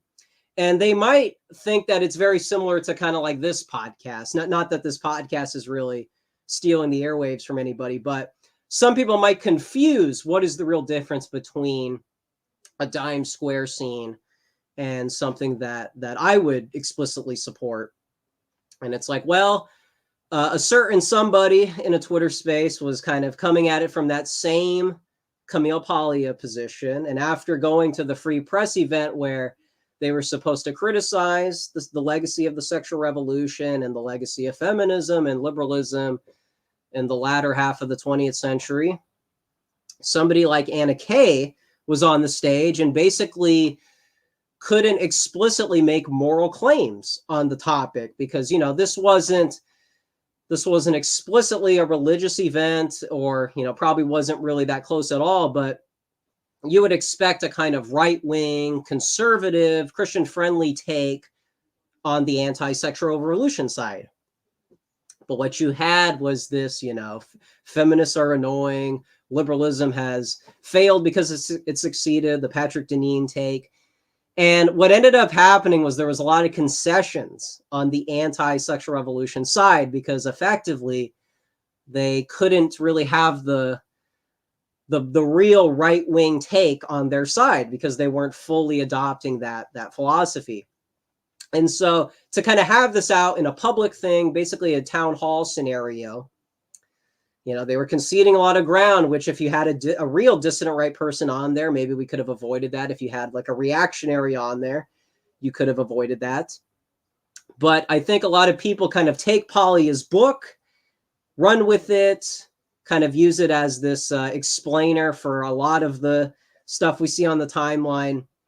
And when I went into this Twitter space one night, there was somebody who was coming at the topic. I think we were talking about, to tell you the truth, it went in so many directions. It's a little difficult to kind of say right now. But the topic of eugenics got brought up. And to bring back Hanania, there's a lot of these different perspectives. There's a lot of these different people like Ed Dutton and Mark Brahman and people that, are associated with Richard Spencer. And it might be just very confusing. This is a very big hodgepodge, and we associate with certain people in Twitter spaces. And so maybe a testimony is warranted that people my age and people that are actually reactionary have not fully understood, why are these types so commonplace in the dissident right? And why does somebody like Anna Kay get on the stage instead of somebody who's really right-wing? And it's because a lot of conservatives cannot stop the kind of cultural change that is happening within their own movement. They don't know how to be a Buckley type figure and gatekeep a lot of the kind of liberal friendly, rad femme friendly types, certain millennials, certain factions that get into the dissident right and don't properly represent some of the reactionary philosophy. And it's not because I think they're trying to be bad faith, but because they don't truly believe in the philosophy. So when we're kind of hanging around certain spaces, and maybe some people might accuse me of certain things for associating with certain characters, but I just want to make it very clear, something that's kind of slowly been happening over last year, the Free Press event, and it's not like everybody was going to be truly red pilled by that event. I'm under no illusions with that, but just to kind of put a take on the climate, because I know a lot of people don't consume the Red Scare sphere, BAP, some of the more culturally minded people in the dissident right, some of the e-girl content. A lot of people are afraid to kind of go into that sphere and truly deconstruct or debunk it. Rightfully so. It is probably not a good use of a right-winger's time, so I completely understand there's hesitation there. But one thing that might put people's minds at ease is I don't think people have to really worry about certain figures misrepresenting the right. I don't think people have to worry about this kind of conservatism critique against what have you, this kind of pro-rad frem wing of the dissident right, because there are certain people that kind of stumble into, maybe a space, so to speak, and they kind of come at it from this Hanania perspective. I know Hanania put out that tweet that got some reaction, the Nietzschean liberal take. And, it's tweets like that don't make sense if you don't migrate to the different factions. But as someone that spends a little too much time doing so, maybe it's not surprising to see a tweet like that and then to see somebody who goes into a space as a polia type, I don't even, you're not feminist. That wouldn't be, I mean, it is a feminist at the end of the day, as some people heard.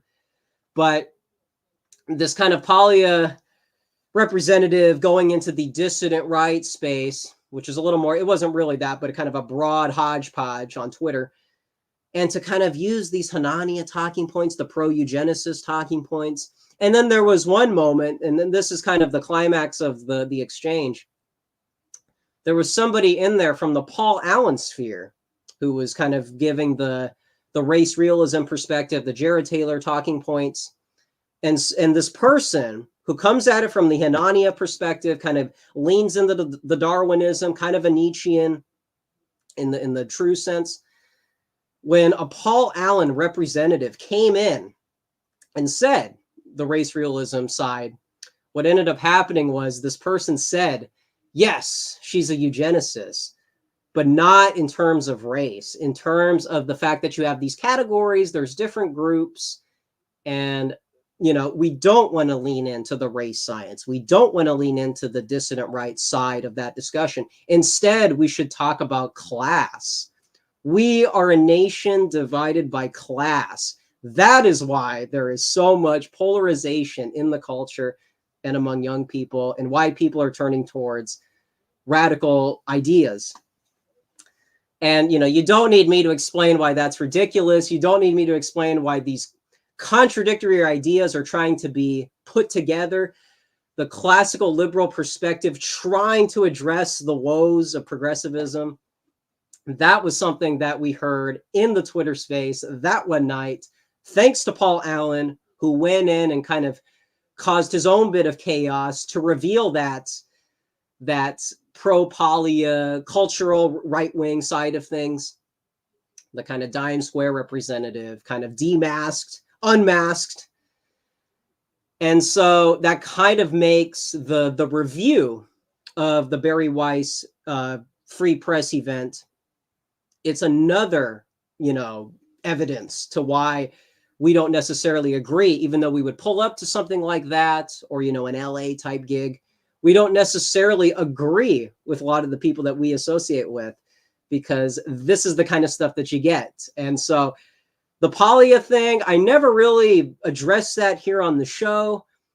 The review of the Barry Weiss event is kind of a version of that. But something that has happened since then, this Twitter space with this person who calls himself a eugenicist, you know, that should be the face of the Hanania tweet. That should be the face of the Nietzschean right. I should have said Nietzschean right. I keep saying cultural right-wing nonsense. Let's explicitly name the kind of Nietzsche stuff that happens on the timeline. That was kind of the limitations of all that. And I know not everybody is autistic and stumbles into these spaces and is able to kind of deconstruct some of those people. Not that it warrants this big academic refutation, but that was a moment that I think warranted a response here on this channel. And it is related to that kind of person that stumbles onto the scene. This is a younger person, I think like 25-ish. And when you consume certain podcasts and when you kind of don't really know where you're at philosophically, and the dissident right is such a great movement that you could fall into any camp on a given day, I think a lot of most serious people just say, I'm not really going to consume every little podcast and then address it, because who really cares anyway? And you don't really need to do that to see people give those kind of takes. But we are different than the Dime Square scene. We are different than the Red Scare Network. We are different than a lot of these people that talk about Nietzsche. And that might sound strange because we kind of run in similar circles and we pull up to certain events. But I think a lot of that is not made clear because it is such a broad movement, a political movement. And we kind of just tolerate a rad femme here, you know, a Nietzschean over there. And if Hanania wants to go off, you know, people say, let him go off. It's fun content. But at the end of the day, there is a lot of limitations with certain factions. And I think to the Zoomer, a lot of it is very jarring. And so this is the channel where we can kind of contextualize it, be very careful with certain factions. And I just want to address the kind of weird gray area that people my age are in. You know, a lot of us just kind of check out what's going on Cozy, you know, probably check out stuff on BitChute, and it doesn't really run that deep. It never really bleeds into the East Coast scene or the art right or all this miscellaneous stuff, the remnants of NRX. It never really gets to that point for a lot of Zoomers. And so they miss a lot of those trappings with somebody who could start getting into Polya, lean into Darwinism, end up at some kind of Nietzschean conclusion. A lot of Zoomers don't have to worry about that being them specifically. But with the movement more broadly going in weird directions and, you know, certain views just kind of being tolerated, I think this is a nice place to kind of detox and put it all into perspective. And again, it's not just a call out. It's not just you know, hopefully this doesn't come across as too like hostile, but I think a lot of Zoomers don't really know what's out there. And stuff like this is, you know, this kind of looking at the right through non-political perspectives and, you know, aware of the factionalism. I think a lot of this is missing with the dissident side. And so that's kind of that's one of the things that's happening right now. So, you know, this channel is trying to pivot. I think the dissident right should pivot. Get out of these philosophy books. Get out of the bookworm stuff. Well, I think everybody knows who Thomas Carlyle is. I think everybody knows that we are not liberals. Well, some people are liberals in the sphere. So, you know, something to keep in mind. But I think a lot of that is not put into context because it's kind of a meta thing. And it's also kind of seen as like a hostile jabbing to another sphere. But, you know, just something that I've noticed and something that Twitter has brought to the forefront. Maybe some people don't kind of see it from that. A lot of people, when people are so politicized, they click up with a faction, you know, go after the other faction. And really, it's two sides of the same coin. It's this very partisan back and forth. I'm a dissident, you're a dissident, critiquing. Again, we're kind of still stuck in that political framework. We're both dissident, okay, but it's still political.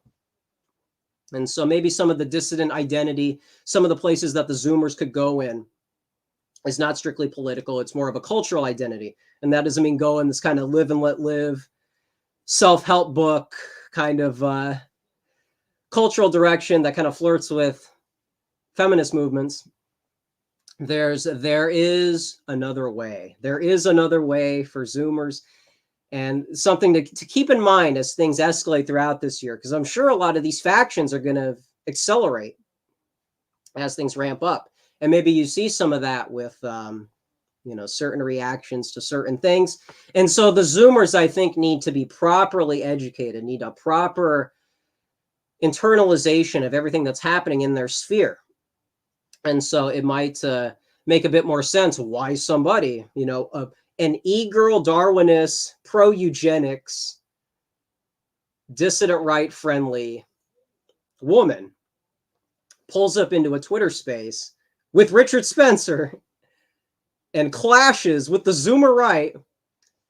How do we make sense of any of that? How does any of that happen in 2023 or 4? Well, these are the cultural trends of our time. This is the media landscape of our time. And Loud Sound Epicenter is here to set it all straight.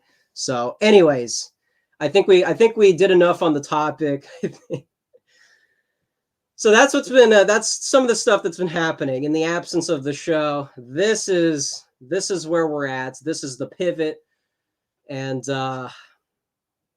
it's overwhelming. It's overwhelming on my end. I think for Dalton, it's overwhelming. For some Zoomers that are going along for the ride, it's overwhelming. Imagine being a journo and you have to do a hit piece on all these factions. Think about the homework they have to do to write up. There was that one article that Anna Kay responded to, like the fascist radicalization of the art movement, avant-garde fascism or whatever. And it's like, could you imagine having to make sense of all this stuff? Could you imagine? But it's okay. The cool thing is this show exists so that a lot of Zoomers don't have to keep up with all the tweets and threads and different people. I do this stuff for fun. And so while I'm, kind of needlessly trying to keep up with a lot of different sides, I think this show can also be like an educational faction in the middle of all this chaos, this intermingling with different philosophies, kind of like the Beatniks trying to do a lot of different stuff. It really is very similar to the dissident right, the hippies flirting with all the different stuff, political and cultural. So that's where it's relevant for the show, for the content. But I think if people understood how chaotic the 60s and the 50s were, we'd be able to kind of look at a lot of these factions in a better way. And maybe people within those factions, adjacent to those factions, are also kind of finding what to make of a lot of the Zoomers, because the Zoomers are kind of pigeonholed as a very political bunch. So I think this is kind of a transvaluation of values for the dissident right. This is a lot of this can make sense. And again, I'm not coming at this strictly from a partisan perspective. I'm not coming at this as somebody who's clicked up as well, although I kind of am. But I think a lot of that needed to be said on stream. It says we got like over 50 people watching. I want this to kind of resonate with people who are in these spheres. And, not everybody has to be a partisan and call out every little thing from every little account. But there is a huge identity crisis in the dissident right. And it's the politics that's keeping people from looking at it. And there's probably a lot of people developing their identity around certain cliques. And it would actually be more appropriate to be that art critic, to be that kind of a psychologist type figure that doesn't really pick a side, that migrates to different spheres, et cetera, et cetera. It would actually be more appropriate, and it would also, depolarize a lot of the tension that is present in a lot of the different cliques. So that's that. but anyways,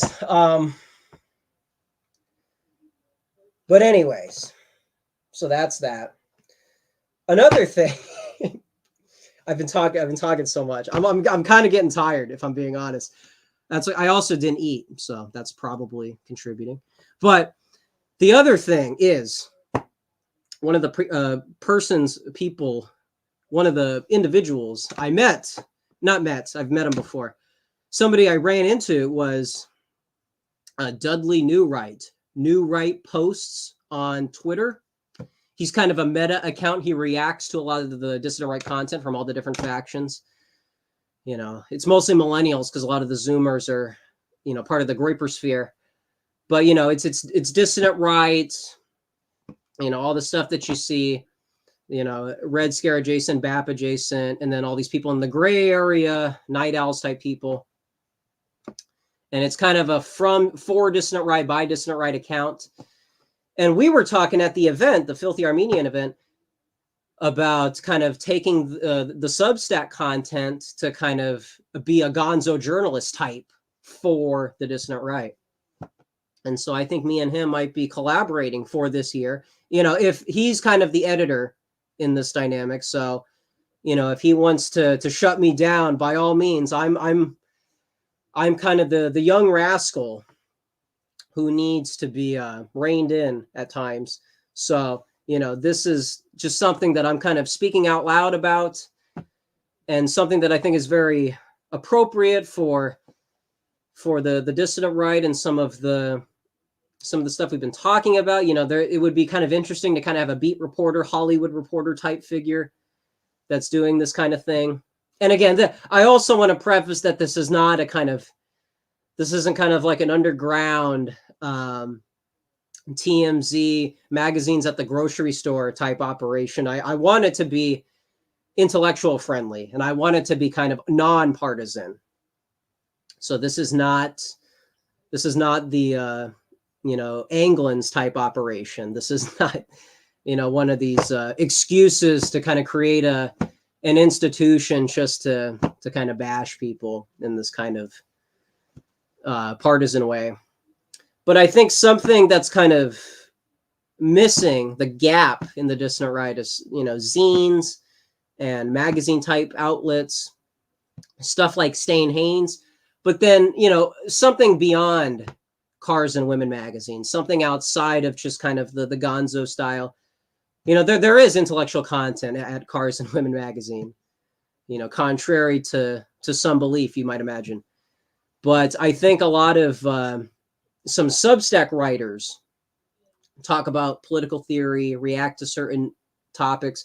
But I think to kind of have, you know, a real dissident outlet, a space to talk about some of the media things like Twitter Spaces, how the generational angle between, you know, some of the factions. I think a lot of that doesn't get talked about. We talk about a lot of the partisan individuals within each faction and then the theory associated with the individuals, but we don't really talk about the landscape. You know, we don't kind of do the Catherine D thing. We don't really do the Angela Nagel thing.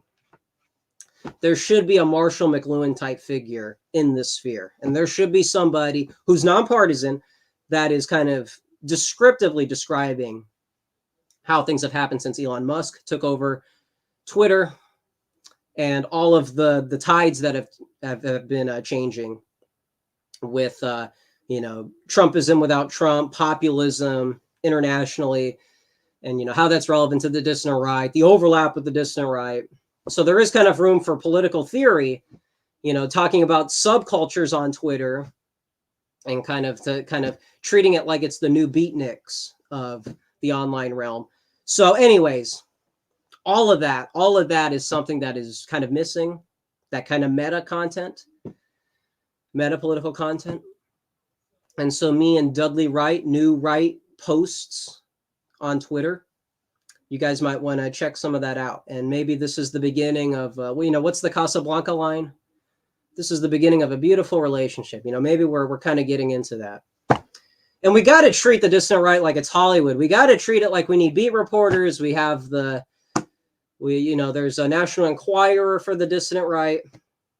And then you have, you know, intellectual content. You know, you have an art scene in the industry.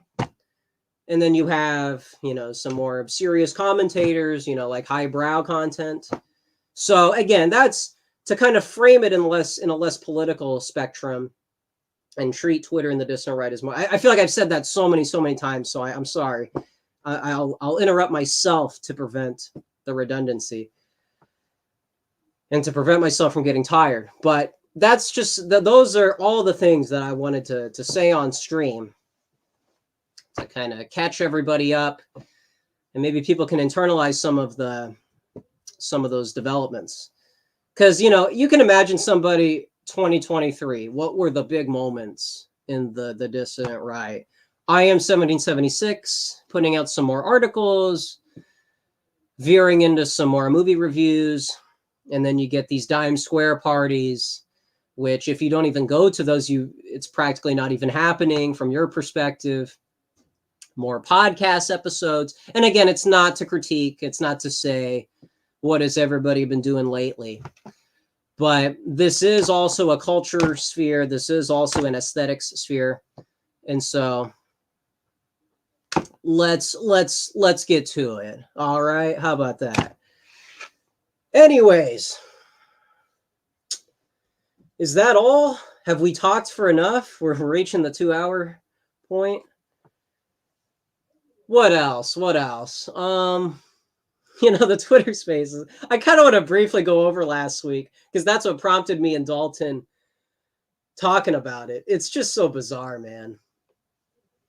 I'm really getting tired. Excuse me if this comes across like a something, but last week the Wignats are back on Twitter. I mean, you thought because TRS imploded and all their shows effectively got canceled and all the hosts have seemingly gone away, you thought we wouldn't have to deal with the legacy of Wignats from the 2017 era. But my goodness, man, there is I don't want to say a significant faction, but some of us were talking to some of these folks, and the usual stuff, Zoomers are non-white. You guys aren't a serious movement because that's not how you do politics in the 21st century. Coming from people who have no track record of success in the political sphere, telling Zoomers who are participating in the Overton window, dissident realm, going into some of the spaces who I know some of us probably don't like, the Lucas Gage, Sam Parker, some of those Muslims that have been hosting some spaces about what's going on with foreign policy. I know all of that, even some of that is kind of like people are harping on foreign policy and political stuff. So, I'm also I get bored with a lot of the geopolitical talk, but oh my goodness, man, you retire from the boxing match of geopolitics and then you step into the Wignat ring. And these guys, as if 2017 never happened or got interrupted by Zoomers, got interrupted by the optics wars and all the shortcomings that was happening with the alt-right, the e-girls, and more on that in a minute. Let's take it one part at a time because this is like a Russian nesting doll of autism. These guys are coming into spaces, and maybe you hear some of these or see some of the critiques rather in tweet form, not so much spaces. But these guys go into spaces and they're completely partisan. They're very cynical of Zoomers. And, they use Nick as the punching bag, they could hypothetically, not saying they are, they could claim I'm not bashing Zoomers. I'm not bashing Gen Z. I'm not bashing the dissident right. They would say they are the true dissident right because they didn't capitulate to the non-white segment of Gen Z and these Zoomers that have taken us out of TRS. They are still clinging to that faction that they had from all the different podcasts, all the shows. And they're critiquing the Zoomers because they're an unserious movement that is, not going to be influential in electoral politics and basically leading people down the wrong way because they're not they're not of the character, and they're not in this kind of decentralized model that the alt-right was doing back in the 2017.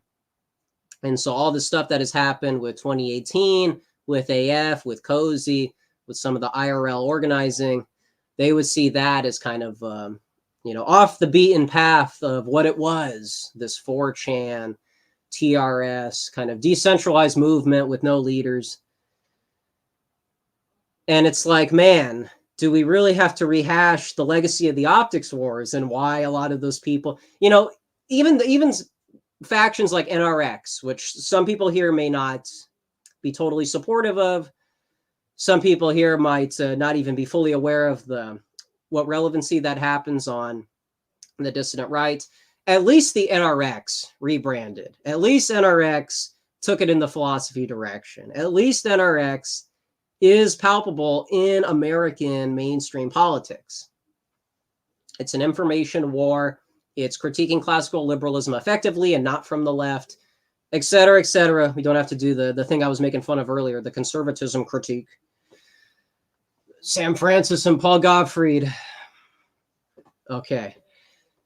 But moreover, the Zoomers have that energy, have that street smart, suave. You're so suave, Zoomers. They got that palpability on TikTok in a lot of these blood sports type spaces, like that debate that happened with Elijah Schaefer. That a Zoomer was on that panel and representing us well.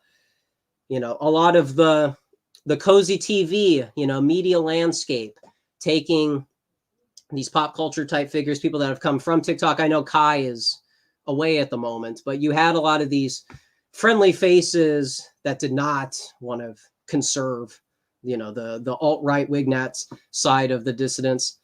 These were dissidents in the media terms, in the tech savvy, the Zoomer side of the far right. And that's where you get a lot of people like Dalton, Beardson, et cetera. We don't have to list all of them. Even some people were kind of leaning into the fashion a bit. I know that's a little particular. That's specifically AF. Other people probably don't know about that. But some people were posting on Instagram very almost like fashion world type stuff. But again, that's not to harp on that. That's kind of a tangential thing. But aestheticizing the dissident right from the Zoomer perspective, that was happening on Cozy. The shows were not just like D-Live. It wasn't just we're reacting to the news. Okay. I think everybody knows that.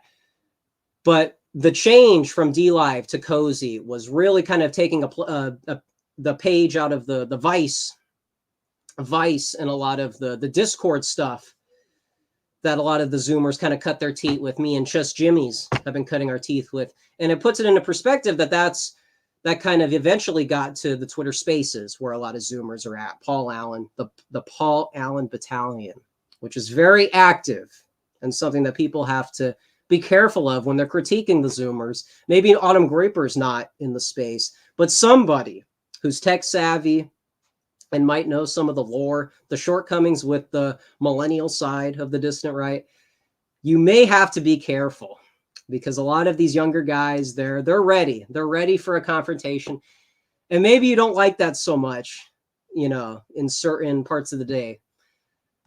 But what is kind of useful about having these kind of 90s TV, public access radio types is they clean up the timeline from all of the serious theory, book talk, geopolitical spaces.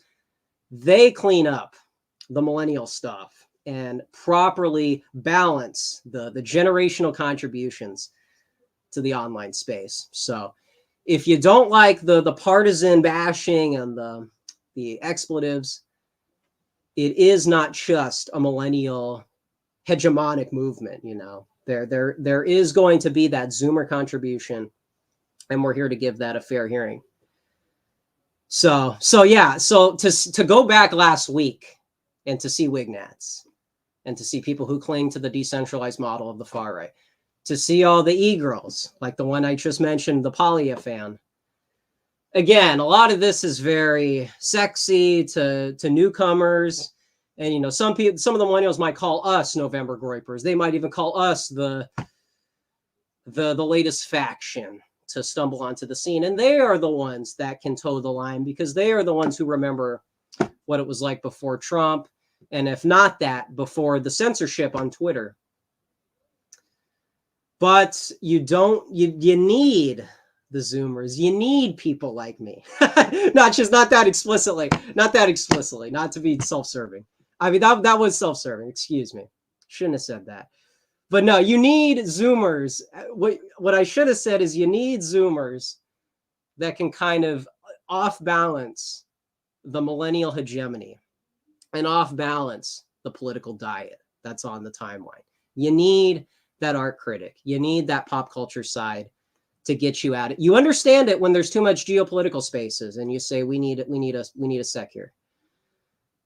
But when it comes to people that are clicked up and don't want to give the Zoomers a fair shake because they're all in the Groyper faction, I'm saying there's some people that aren't like other Groypers. There's some people that mean well. There's some people that may be contributing to things that aren't just the stuff you've heard from all the little developments that have happened after 2018. Maybe things start to look a little different now that some streamers are thinking about Twitter Spaces in this way. And maybe some of the content is going to look a lot more palatable than you might give credit to, you know, if these certain figures weren't around. And if these certain figures didn't just stick to the commentary, the new Pat Buchanan take, the new, you know, just, you know, being nasty and, you know, making fun of other cliques, you know, oh, you don't have an argument. You guys don't have your own outlets. Maybe things are going to start to change and Zoomers can be treated with a little bit more respect in a lot of the dissident right space. All right. That was a bit much, but is there anything else? So yeah, last week, I think warranted some, you know, 2018 kind of reemerged in the form of some of the old personalities. So that was that. And then what else happened? The Filthy Armenian event, that was LA. We went over that. And what is it now? It's the 15th. It's the 15th. See, you should come over here because you don't want to check out the Iowa caucus. You should come over here because you're going to get that take on Telegram. You're going to get that take on the timeline. You don't need a show addressing the Iowa caucus. You don't need to know what Trump's doing from Loud Sun Epicenter. You're over here because Thomas, you know, is very seemingly open to different factions. And then we need a kind of a middleman to make sense of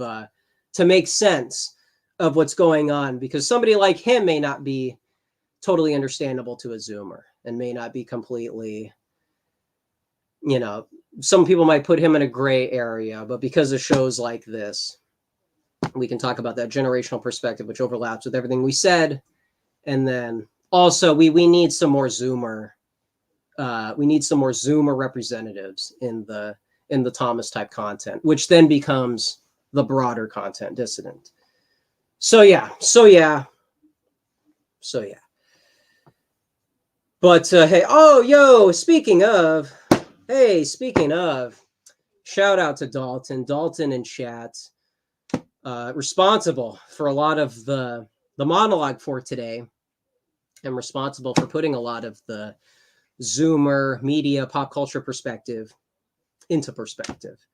So hey man, good to have him in chat. And people got to check him out, man. I know people write people off who are AF adjacent.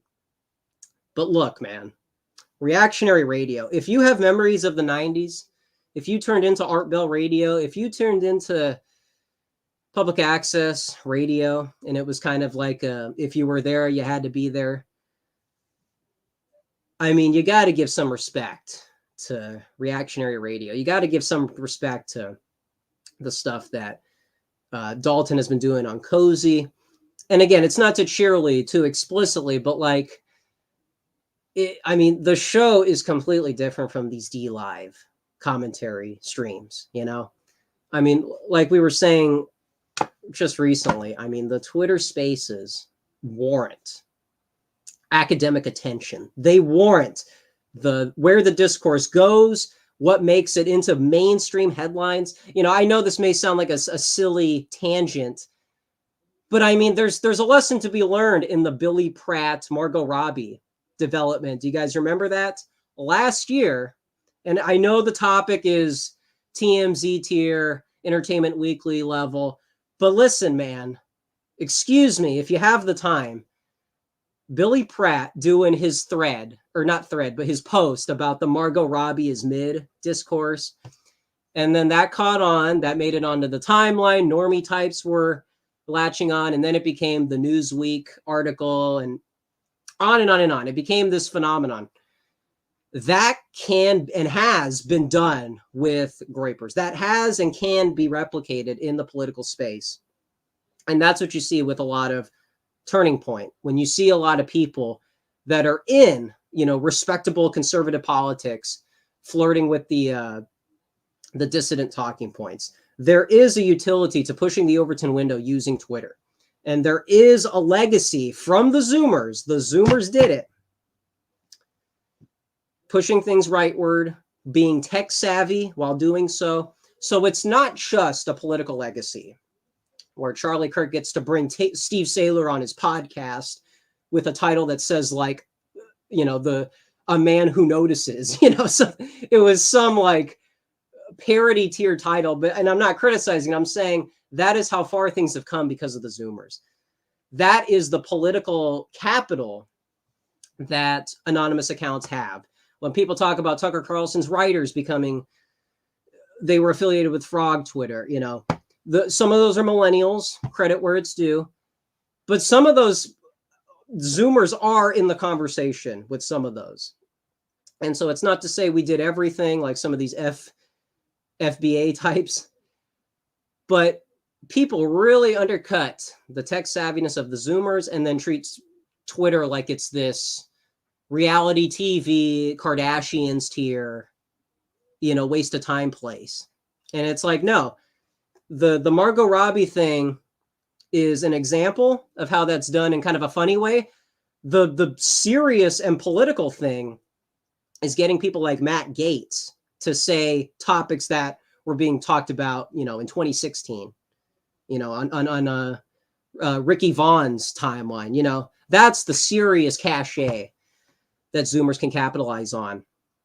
And so again, to say that these people from last week who said the Zoomers aren't serious, look at all these clips. And again, we can do that all day long. Pick clips from the Omegle streams, pick clips from the funny haha hoedown, and then say, wow, this is your movement. So I guess all you guys do is, walk around with, red colored cups and just waste time. Just come over here like the hippies and just waste a bunch of time and go to concerts.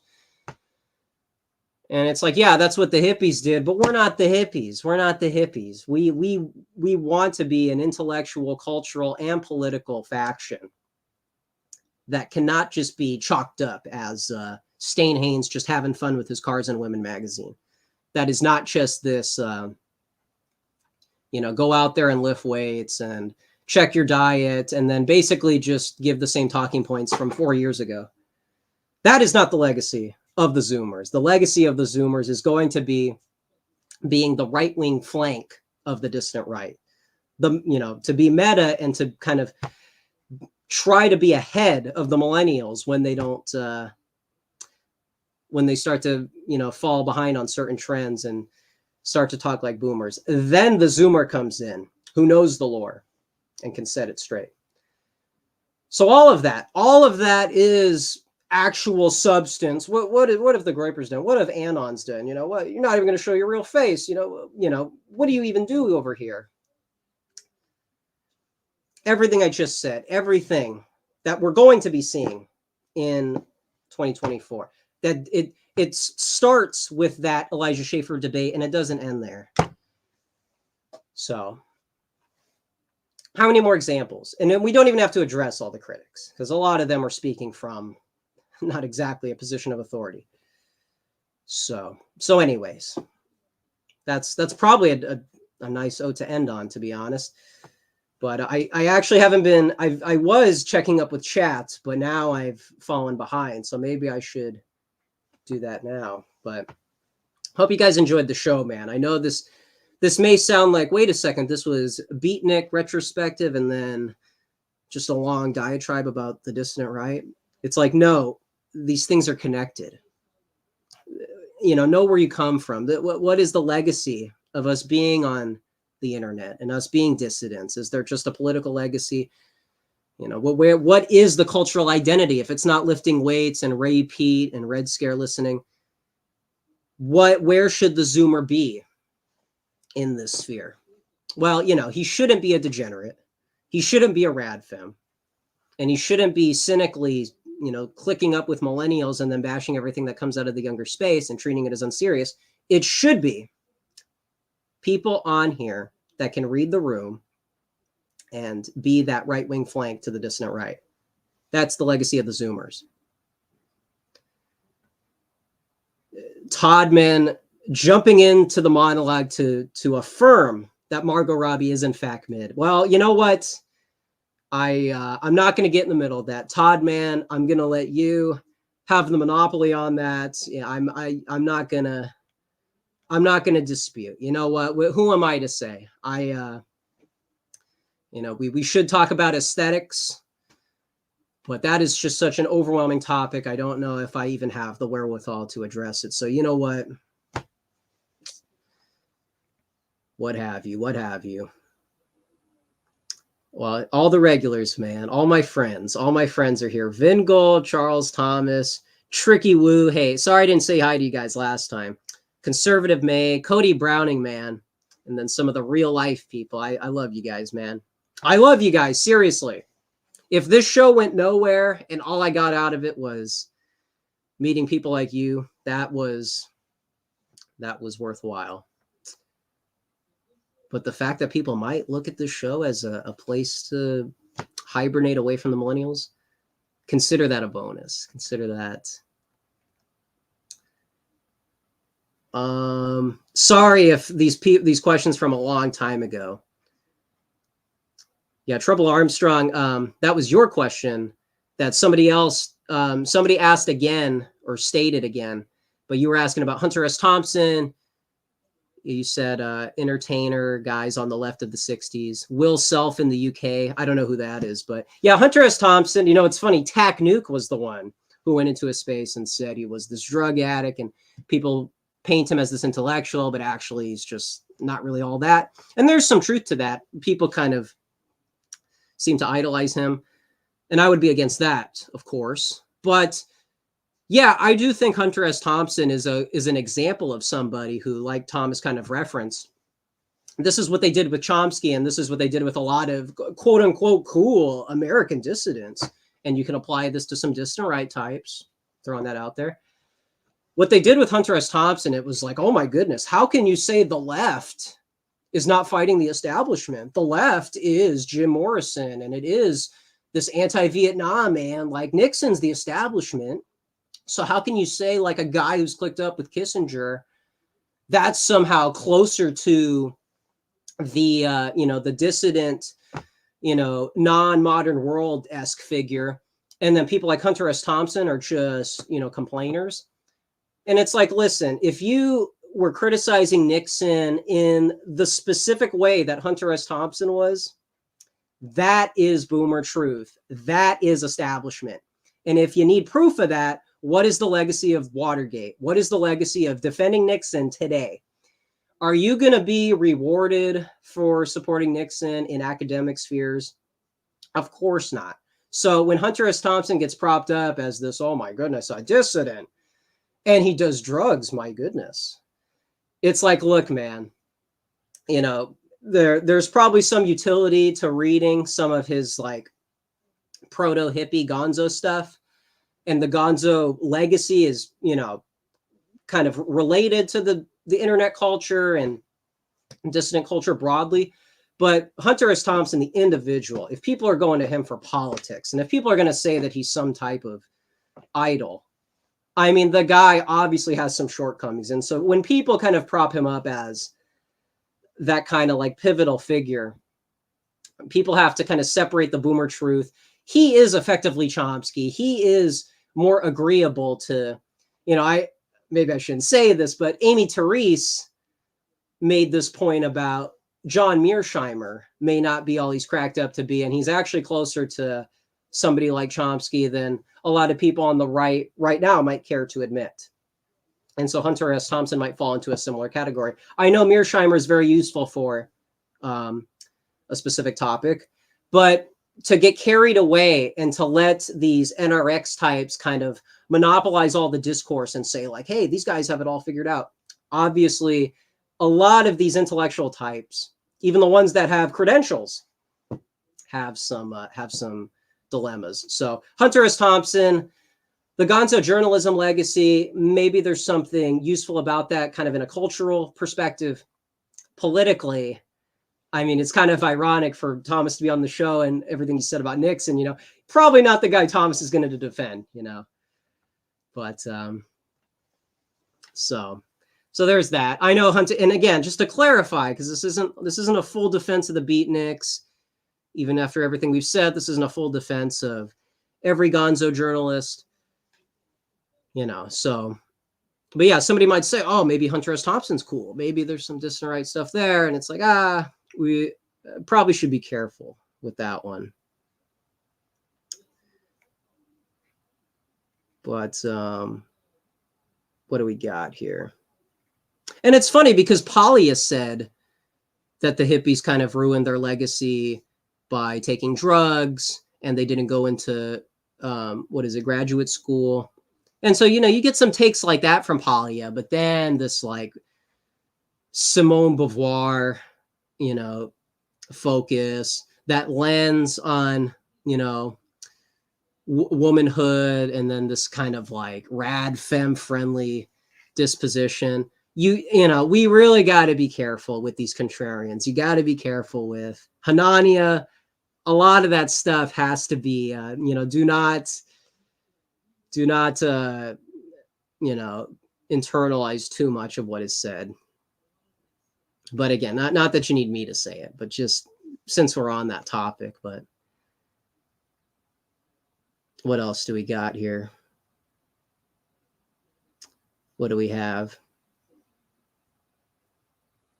There are some parallels, but the major pitfall that wound us up where we are at is that era's postmodernism and nihilism. So yeah, see, I would agree with that. What was funny, that person, her name is Lav something, Sigma on Twitter. She's like Sigma female, something along those lines. She was coming at the, I think on New Year's Eve, she was around my time, New Year's Eve, she was talking to this kind of more, this kind of like Christian woman on Spaces, talking to this Christian woman about where did things go wrong in the 20th century. And she would claim, because, Sigma was that's the person who talked. She said she was pro-eugenics, but not on racial grounds, on class, or not on racial grounds, but like different categories, whatever. And then she talked about we're in a class war. Okay. And it's like, she would pivot to say that postmodernism is what destroyed feminism. Postmodernism is what got us into this post-structuralist perspective that gets us into transgenderism and wokeness. And that's a very convenient defense when you are a first-wave feminist and when you are a Simone Beauvoir type figure, or a supporter rather, at least ideologically. So, some people may not be fully aware of like that little wedge where they say, they say they're against postmodernism too, just like Jordan Peterson and just like the dissident right and just like all the people that oppose wokeness. Maybe James Lindsay might be right about Hegel. Maybe Christopher Rufo understands civil rights talking points, or the anti-civil rights talking points. But, it seems like we get a little overconfident with certain people, but everybody I think is aware of that in broader terms. There were precursors to them, like back to nature movements of the late 19th century, Germany and Central Europe. Then there were types like the Nature Boy who followed those German immigrants. Yeah, Luca Cacciatore is a very interesting account on Twitter. He was talking about higher criticism, and I think there is a German context to that. Is that 19th century? Maybe I'm a century off, but I am curious to what extent that legacy also is relevant to 20th century historicism, classical liberalism, and then of course the stuff that is more the other stuff. The hippies and the beatniks, etc. The more like modern movements, so to speak. But no, thank you. Hey, Jack, thank you, man. Thank you for being in chat. And then, yeah, some nuances with the Gen X generation. Gen X, you know, I know they're kind of a punching bag.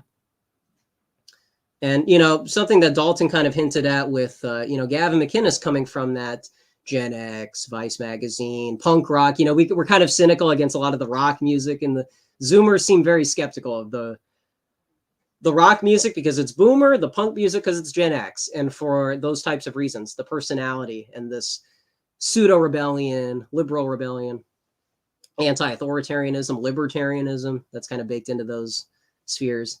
And so I don't know if a lot of the punk rock and heavy metal scene is as salvageable as I thought back when we were first starting the channel. But I think it would be helpful to address some of the hidden libertarianism that's surrounding the Gen X and punk rock scene. And then maybe we can correct course. You know, maybe we don't actually dislike Gen X. We dislike a lot of those influences from that era, et cetera, et cetera. Wasn't Jim Morrison from The Doors hugely influenced by Kerouac? I think I saw that somewhere. I'd have to check to what extent, because I'm curious, how much did the guy actually like about Nietzsche? Because there's that piano song, there's that footage on YouTube where he's, what is it, like a tribute to Nietzsche, and it's almost a fitting tribute to Nietzsche, because it's very, you have this hippie, or whatever you would like to categorize him, a fan, and the fact that it's this very kind of off the cuff, non-traditional piano song. You know, maybe there is a fitting legacy there for Nietzsche, but I don't know. I just don't know how much of it is true, because again, I would like to know how much of those hippies were really hungry for that stuff, and how many were just there for the sex, drugs, and rock and roll. And then was Cormac McCarthy a fan of Spangler? Because somebody, I think Jack Kerouac fan, something to that effect, he recommended a book. It was like The Beats, or Jack Kerouac and the Decline of the West, something like that. That might be a book that might interest some of us. And maybe outlining it in Spanglerian terms would be a more accurate take on the whole thing. Student bodies protesting for nuclear disarmament in the late 40s all the way. Do you remember the Nice Guys, Ryan Gosling and Russell? I almost said Russell Kirk. Russell Crowe. It's like, I think, what time period is it in the Nice Guys? Because obviously they're very retro aesthetics. And then they go to that protest where all the protesters pretend to be dead. And it's this kind of this hippie thing. And anyway, that's what that reminded me of. But maybe some of the pop cultural examples, the media examples of some of these moments, maybe that's the gateway to getting some Zoomers to care about some of this older youth culture. In the late 40s, all the way to the 1965. It was like precursor to it all along with civil rights / bus-in protests. And there you go. And then all the support for Thomas, of course. Thank you to Thomas. If that's not clear, thank you to Thomas. Everybody in chat was given some props.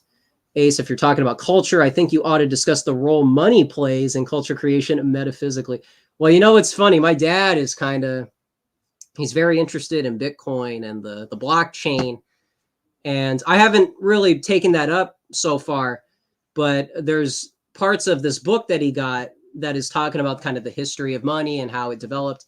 And so he might be able to help me out with that. And yeah, I know I'm very cynical with the libertarians who harp on the economics and the Austrian school of thought, but I'm not saying that stuff is completely worthless. Obviously, they are looking at history from an economics lens, and that does have some utility in a political context. So Todd, man, you know, maybe you're going to bring me and my dad closer together with that money book. So thank you, man. There's probably something to that.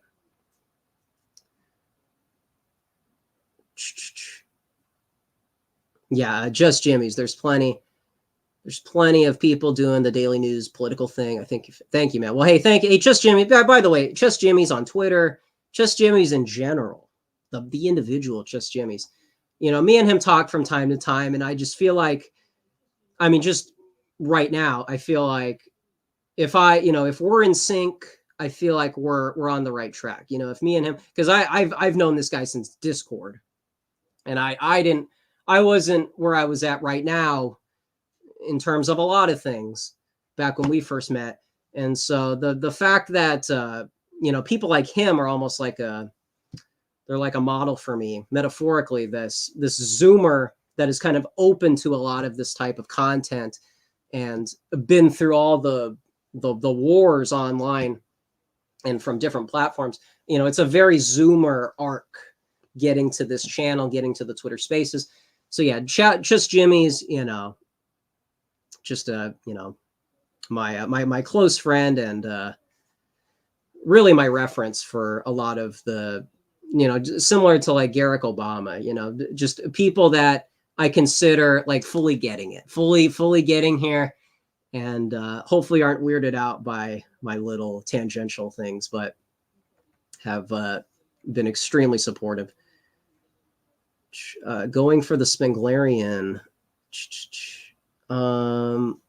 Excuse me. What do we got here? Calling rock soldiers. Hey, there you go.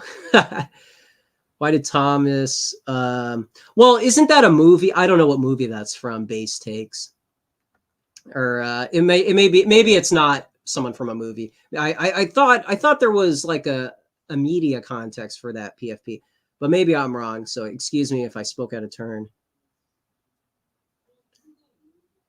If I will get to, Charles Thomas, if you get a channel, one day you will get Terry Glaze on the show. Well, that'll be something. Hey, man. Throwback. Have you seen, what is this? Todd, man, if you're in chat, I don't know what this is. Oh, here we go. See, Mutant's taking me back to LA. One of the things I spoke with somebody, I was trying to pitch this like Zoomer poster archetype. He was asking me what's my niche in the Dissident Right, et cetera, et cetera. And I was saying, that we need like a Zoomer. I don't remember exactly how I said it, but I was happy with it. Something along the lines of, we need a Zoomer representative and this art critic representative, media savvy representative in the Dissident Right, because everybody's like an NRX type, philosophical, bookworm heavy guy. And we can be that too, but in a less dense way. And he was saying that, he said, Yarvin talks about the Usernet days, like those are the days. And that's before my time, so I can't speak on it. But Mutant, you said Gen X gave us Usernet and first coin run. I don't even know what even is this. Unfortunately, libertarians came into the sphere and did what libertarians do. That's an underrated point. People talk about that libertarian alt-right pipeline like it's, whoa, man, we're radicalizing a lot of people, even the libertarians. And it's like, no, we don't want libertarians to keep their libertarian roots in the dissident right, because there's nothing dissident about libertarianism. If it's palatable with the hippies, the establishment types, and people like Elon Musk who are stuck in that anti-authoritarianism take when they see, anti-white racism on the timeline, and they pivot to this centrist, pivot to the middle, conservative, effectively libertarian talking points, That is a failure. That is a failure in the political theory. If the libertarians are going to come over and be tech savvy, you know, guys like Moldbug who know about Usernet and know about the counter enlightenment, those are the contributions that somebody like Spencer, who stumbled into the Mises Institute types people and paleo libertarian types, the Rothbardians, that is the type of libertarian that is helpful in a dissident context. But these people that, you know, cling to that kind of, you know, they want every little thing to be decentralized, and anytime anything vaguely centralized comes about, they're off the boat. You know, you see this with far right types, You think they would have gotten that out of their diet, but a lot of these people came in similar to the Mises guys. That is a legacy of the alt-right, is coming from that, you know, coming from a sphere that didn't really have it all figured out. So anyways, also, while we're here, well, another thing that happened since the last show is I contributed a Mises article to Mises. I contributed it. And I think you guys might like this. Oh, what is this? Oh, excuse me. But I think for those that want some written content, because somebody was telling me in a space that, you know, if I contributed to Substack, they might check it out. And, you know, I've written so much stuff that hasn't gotten greenlit, and I get very black-pilled about it. That's a bad habit I got to shake. But I don't know. Should I put stuff out on Substack? Should I, you know, everybody puts their thing behind a paywall, but some of these articles I think you guys would like, and maybe it would help put some things into perspective. You know, maybe I sound too rambly and it comes more clear in the writing, but you guys might want to check out that article again. It's not a full pro Nietzsche article. I want to preface that. It's not a Nietzschean right article. Nietzsche is referenced, but in the context of the libertarian movement and populism broadly. So I want to clarify that this is not some kind of secret BAP post. So, but, you know, I think the philosophy, the art criticism, and, you know, the political developments, populism in Europe, we should be critical of certain populist figures who some think, oh, you know, like Malay. Everybody's really cheerleading Malay right now. Well, there needs to be a right-wing flank to kind of, you know, what are we doing here? Is this really a representative? Is the legacy of populism in Europe successful? Is it really dissident, et cetera, et cetera?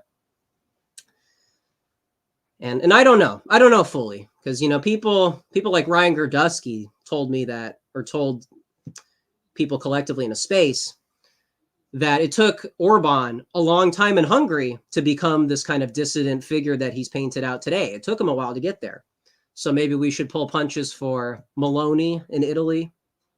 You know, it's a very convenient thing to say when populism is failing, but maybe there is a wait and see utility. I don't know. But I think all of this stuff, you know, if anybody in chat has been keeping up with the elections closer than me, you guys might be able to, you know, set that straight. But so that's vaguely what the article's about. You know, there's a lot of far right people that become, you know, like in that Keith Woods Go Off video, Keith Woods was talking about reclaiming socialism from the left, something like that. And it's the most animated I've ever seen him on camera. This guy's like body language is like, he seems very more aggressive than usual. And the rhetoric is more explicit, and it's very, you know, that it's like a pre-Groyper identity emerging from his dissident McSpencer adjacent side, you know, the kind of, you know, different, more mellower take on politics. That one was like a go-off moment. So maybe people might want to check out that Keith Woods reclaiming socialism from the left. That's not an endorsement of everything said in there, but one thing that was there was he said he was frustrated with all these nationalists that become conservatives whenever there's an election, that gatekeeping part of the nationalist sphere. And it happens in the dissident right. It happens, you know, people understand, but seems like people need a reminder, millennials specifically, the gatekeeping. But anyways, oh, yo, Mutant. Hey, man. Well, thanks. That was a long time ago. But sorry, you're probably not here. But thank you, man. Thank you. And then American Elitist. Hey, man, this guy got me talking about California back before I even came to terms with that. You know, the kind of California nationalist John Miller take. I mean, I like California, man. People want to write it off as the place where you adopt cosmopolitan values, Hollywood, liberal Hollywood. And it's like California is the Sunset Strip. It is, you know, the Doors. It is American subculture, youth activism, not liberal youth activism, youth, you know, confidence. You know, that's the kind of optimism, the kind of industriousness to be in a cosmopolitan setting and to be pro-American in the California context. So thank you, American Elitists. It kind of incidentally started getting me thinking about California. Maybe it started over there. Yes. Hey, there you go, man. The squeaky wheel, man. That's who we got to be. To answer the earlier query, somebody was. Okay. Well, it looks like we got some discourse. We got some discourse in the chat. Yo, Ian, how this show introduced you to Thomas, and I'm so glad to see. Hey, I'm glad. That's glad, man. I mean, hey, for Loud Sound Epicenter to kind of have a YouTube host for Thomas 777 content, I think that's had a lot of positive consequences. And then, you know, Pete is also hosting him on YouTube as well. So, hey, man, it's before that, it was Scott Greer. It was the Twitter timeline, I think. So, hey, man, we got to get merging the audiences, sharing the wealth. We got to let everybody up to speed. What else? Oh my goodness. I'm so sorry there's so many comments. I'm so sorry if it's taking me. Should I start at the bottom here? Should Zoomers be in the Loud Sound Syndicate? Something to think about. Is that a pivot to, well, here, let me go down here. Let me go down. Hunkle in chat. Yeah, this is live. We also tried to stream this or stream also on Twitter and then also the Twitter space. I don't know if those two things are happening at the same time. Are we what's going on Twitter? Are we up on the, oh, okay, we are. So it's a Twitter space and a stream. Wow.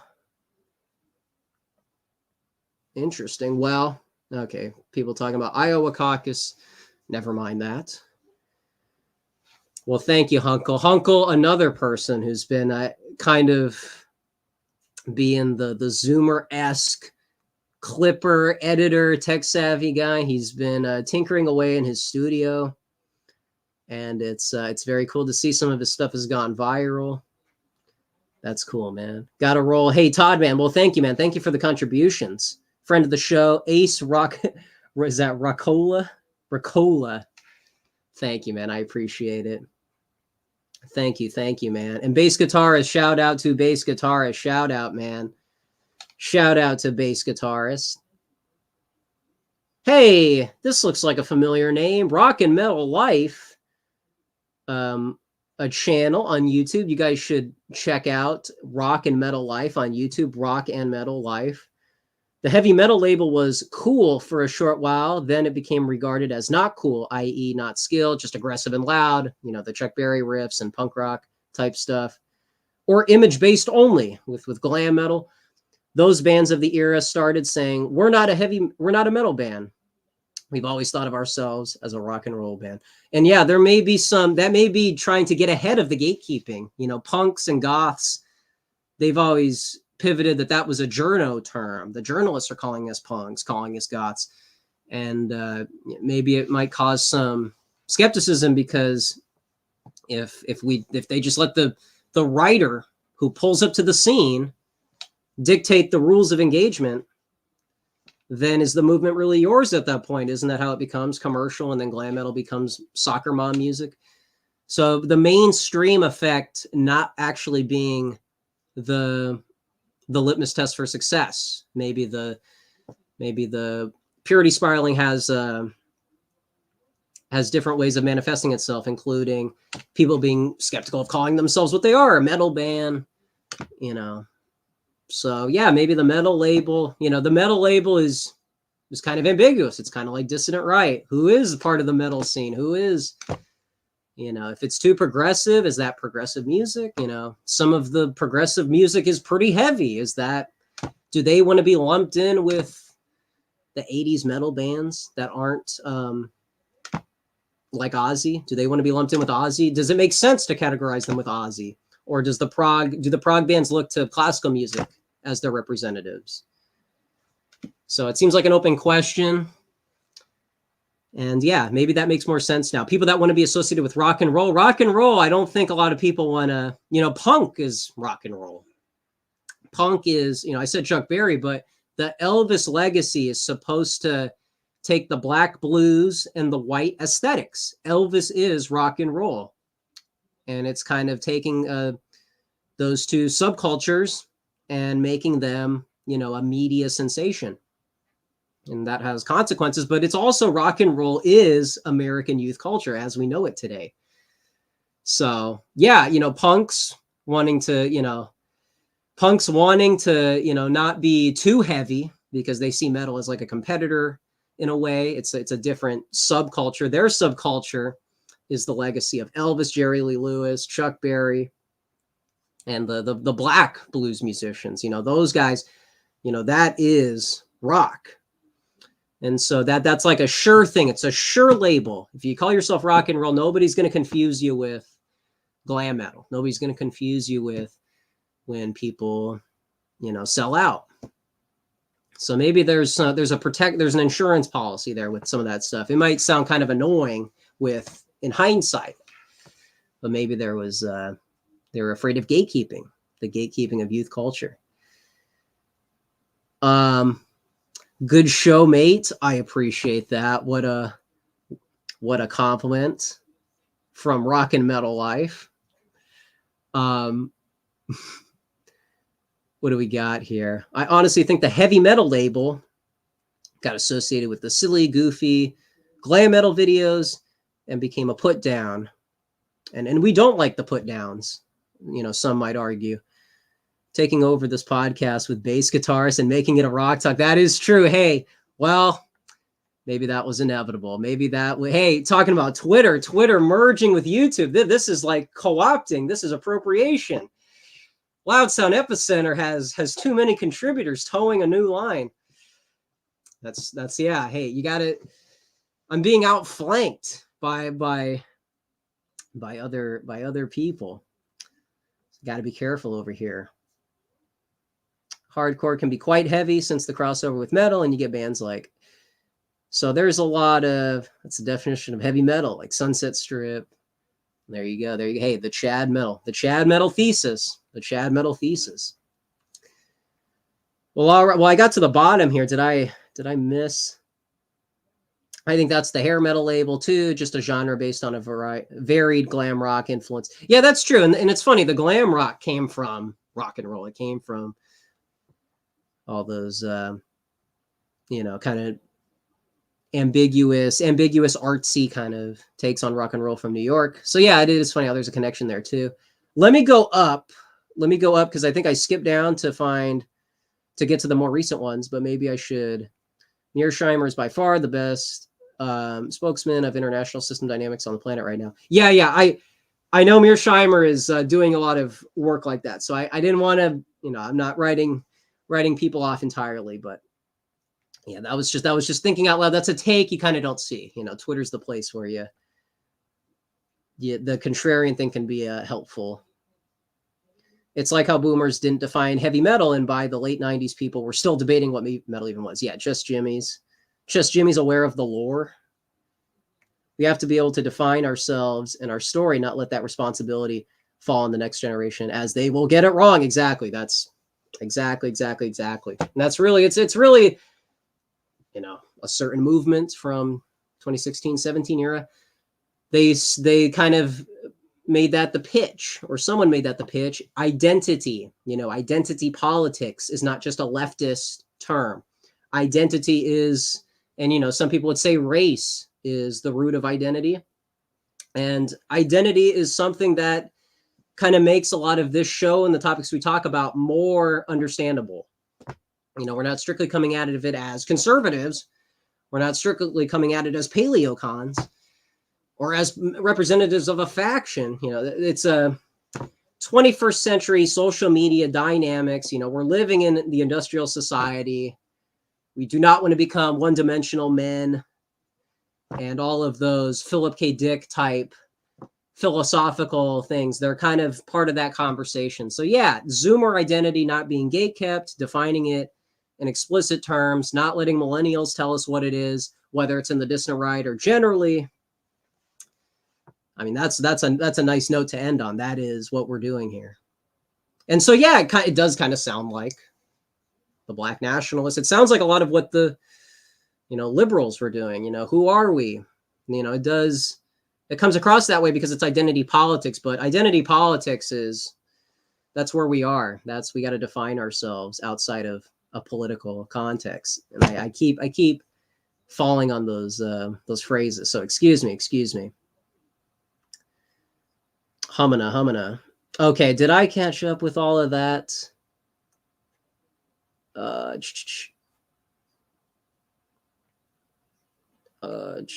I think Morrison just dropped names. I don't see much Kerouac influence there. Yeah, and maybe that's, we don't want to be fanboys and say, well, hold on a second, people like his music, so let's give him a privileged position in the pop culture. Let's give the history accurate description here. So yeah, if that's true, that wouldn't be surprising.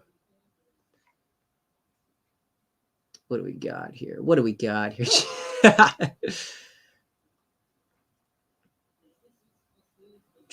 Well, alrighty. Well, sorry, I'm overwhelmed. This was a long show. I want us to get to 3 hours. Let's get to 3 hours and then call it quits. But yeah, man. Hey, we for just because like housekeeping things could take 9 minutes, so maybe we should just start right now. That's what we're doing here. But yeah, so that is Loud Sound Epicenter. That is what we're doing over here. That is our identity as Zoomers.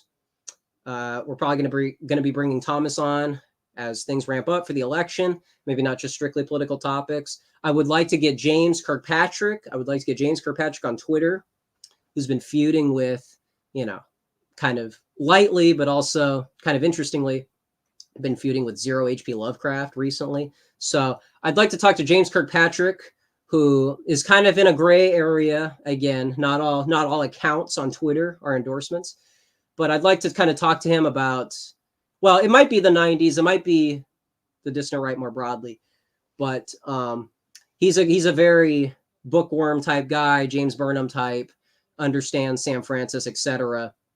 He's a nice intellectual type guy to have on the show, but we were supposed to bring him on for the 90s, back when I think we were talking about that stuff. But hey, that's what we're talking about now, pop culture, American stuff.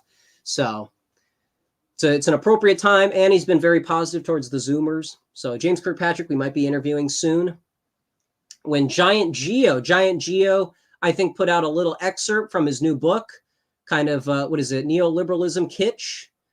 That's kind of, it's an art book from my understanding, and it's also kind of telling the legacy of things like modernism, postmodernism, which is a lot closer to this channel and outside of strict boomer politics. So he would be a cool guest on the show. I've been on his show, and he's me and him are kind of in a similar gonzo art critic mindset. So maybe more on that later this year when his book comes out.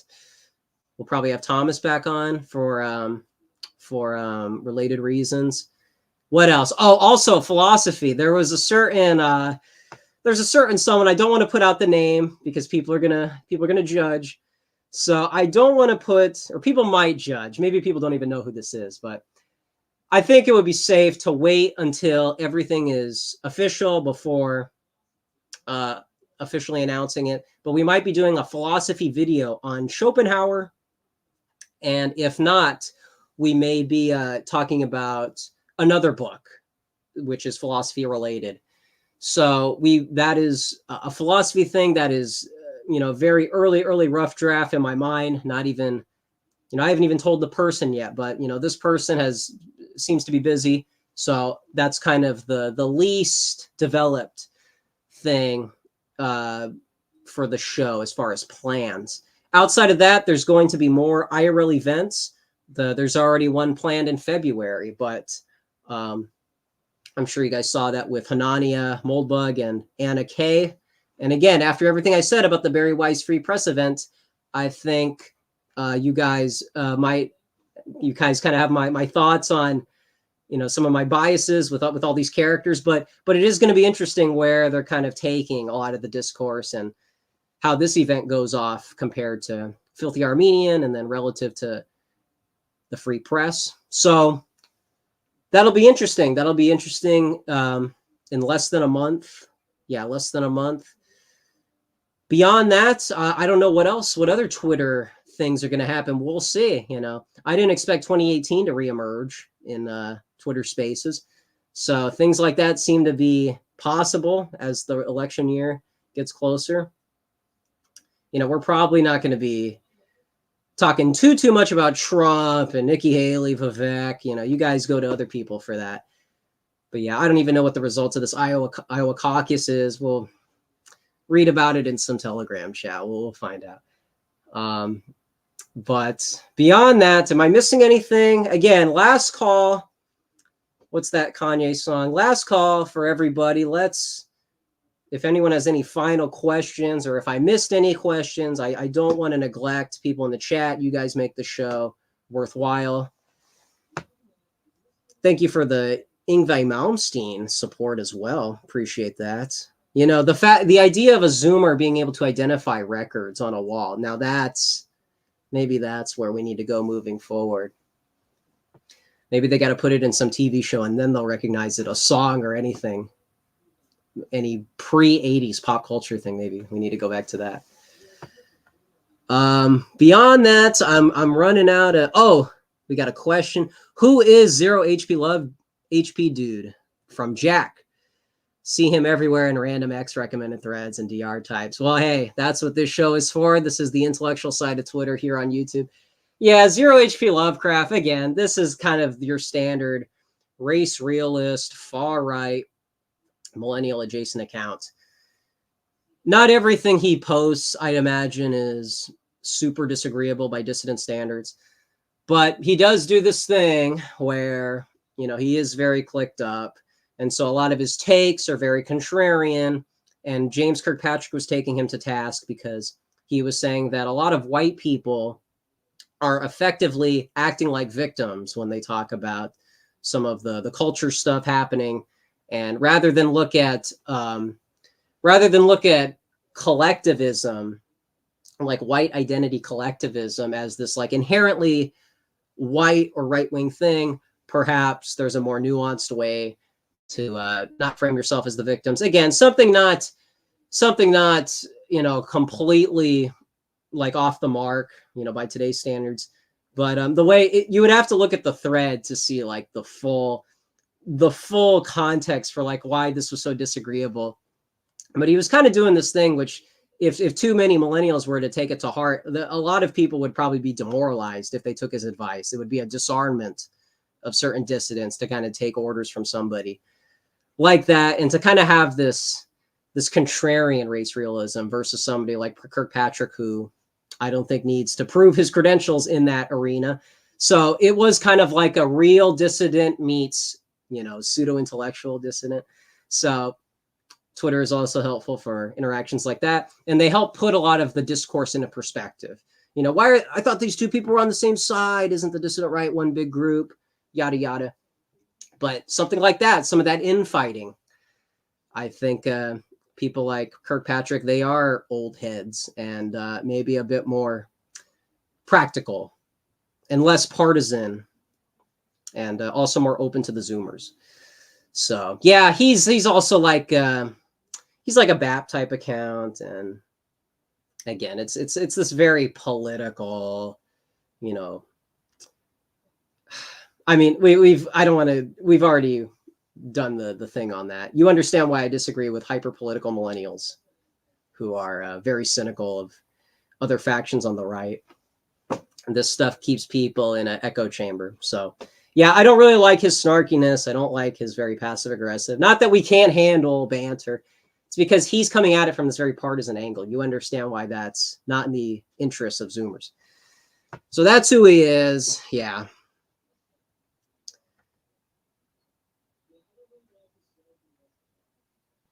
What do we got here? What do we got here?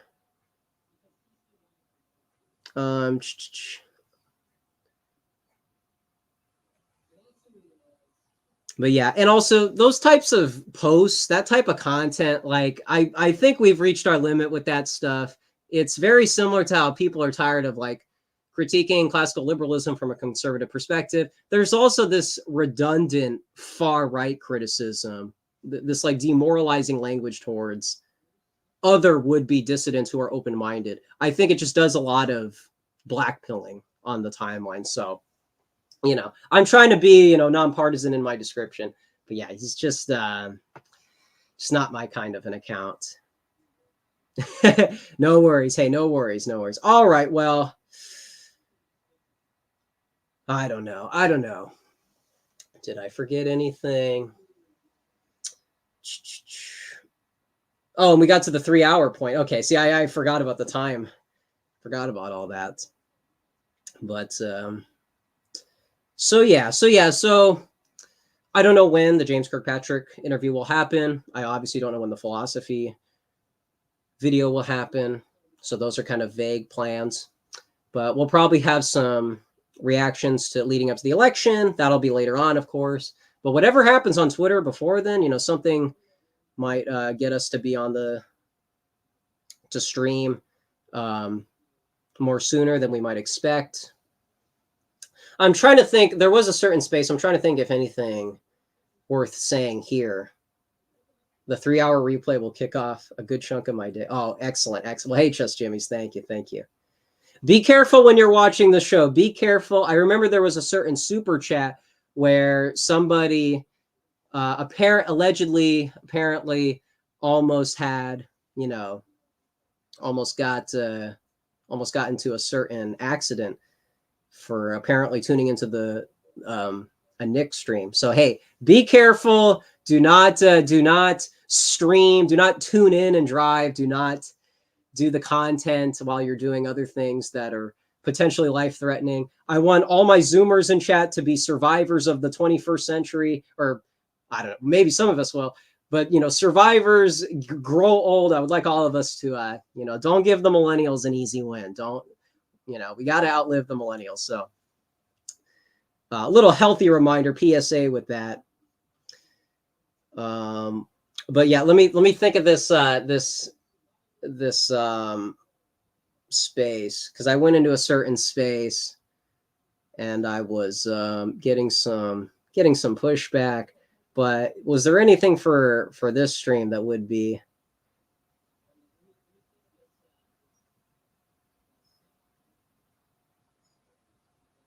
Well, I don't think so. Well, and well, you know, how about this? You know, we were talking about Sam Parker, Lucas Gage. You know, there's those Muslim type spaces where you see, you know, some people were speculating about Stealth and AB, all these people that may be doing the bidding of foreign actors. And, you know, it's funny. People understand when it comes to like geopolitics why you wouldn't want foreign influence, not only on the political level, but going into spaces and then running cover for certain nations or alleged nations. That dynamic is also at play with a lot of the influencers in the dissident right. And so it's funny how people understand conceptually when certain people, you know, Chuck Johnson has been exposing some people, and I don't even know if that's fully okay, but, you know, I'm I'm kind of afraid of the guy, to be honest. I don't want to get on his bad side. But, you know, people understand subversion politically while being dissidents. But I would like us to avoid some of that gatekeeping in a cultural way. You know, socially, personality-wise. I don't want zero H.P. Lovecraft cynicism from Zoomers. I don't want this kind of adopting behaviors from other generations just because those are the people churning out content. You know, we are our own generation. So just a parallel there. People understand it when it's something explicit, geopolitical people, but the kind of vulnerable spot for Zoomers is these influencers. So that's that. Well, hey, I think I've bothered you guys plenty for tonight. I appreciate you guys giving me the time of day on Monday, and I don't know when we'll be back. Tune into Twitter to see when any developments, spaces, etc., because that's becoming a safe haven more so than YouTube. So again, Twitter, pitch, and yeah, I think we're HBD seems like a dead end. That racial stat keeping stuffing will only go so far, and think, yeah, exactly. And we're kind of in a post statistics discourse dynamic. You know, it's not about, that's kind of something that happened in another space. You know, you can have all the stats in the world. You can be Steve Saylor and be in the comments, reply guy to all this stuff. But, you know, if the left is very effective using emotions to gain power, I think there is a right-wing way of doing that.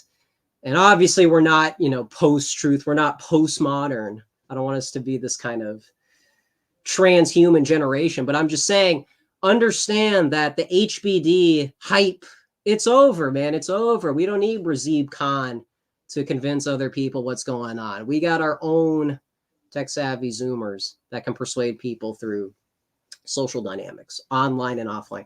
So, okay. I said that was it, and then we did some more rambling. So, all right. We'll probably be back. Before March. We'll probably be back before March just to give a safe announcement.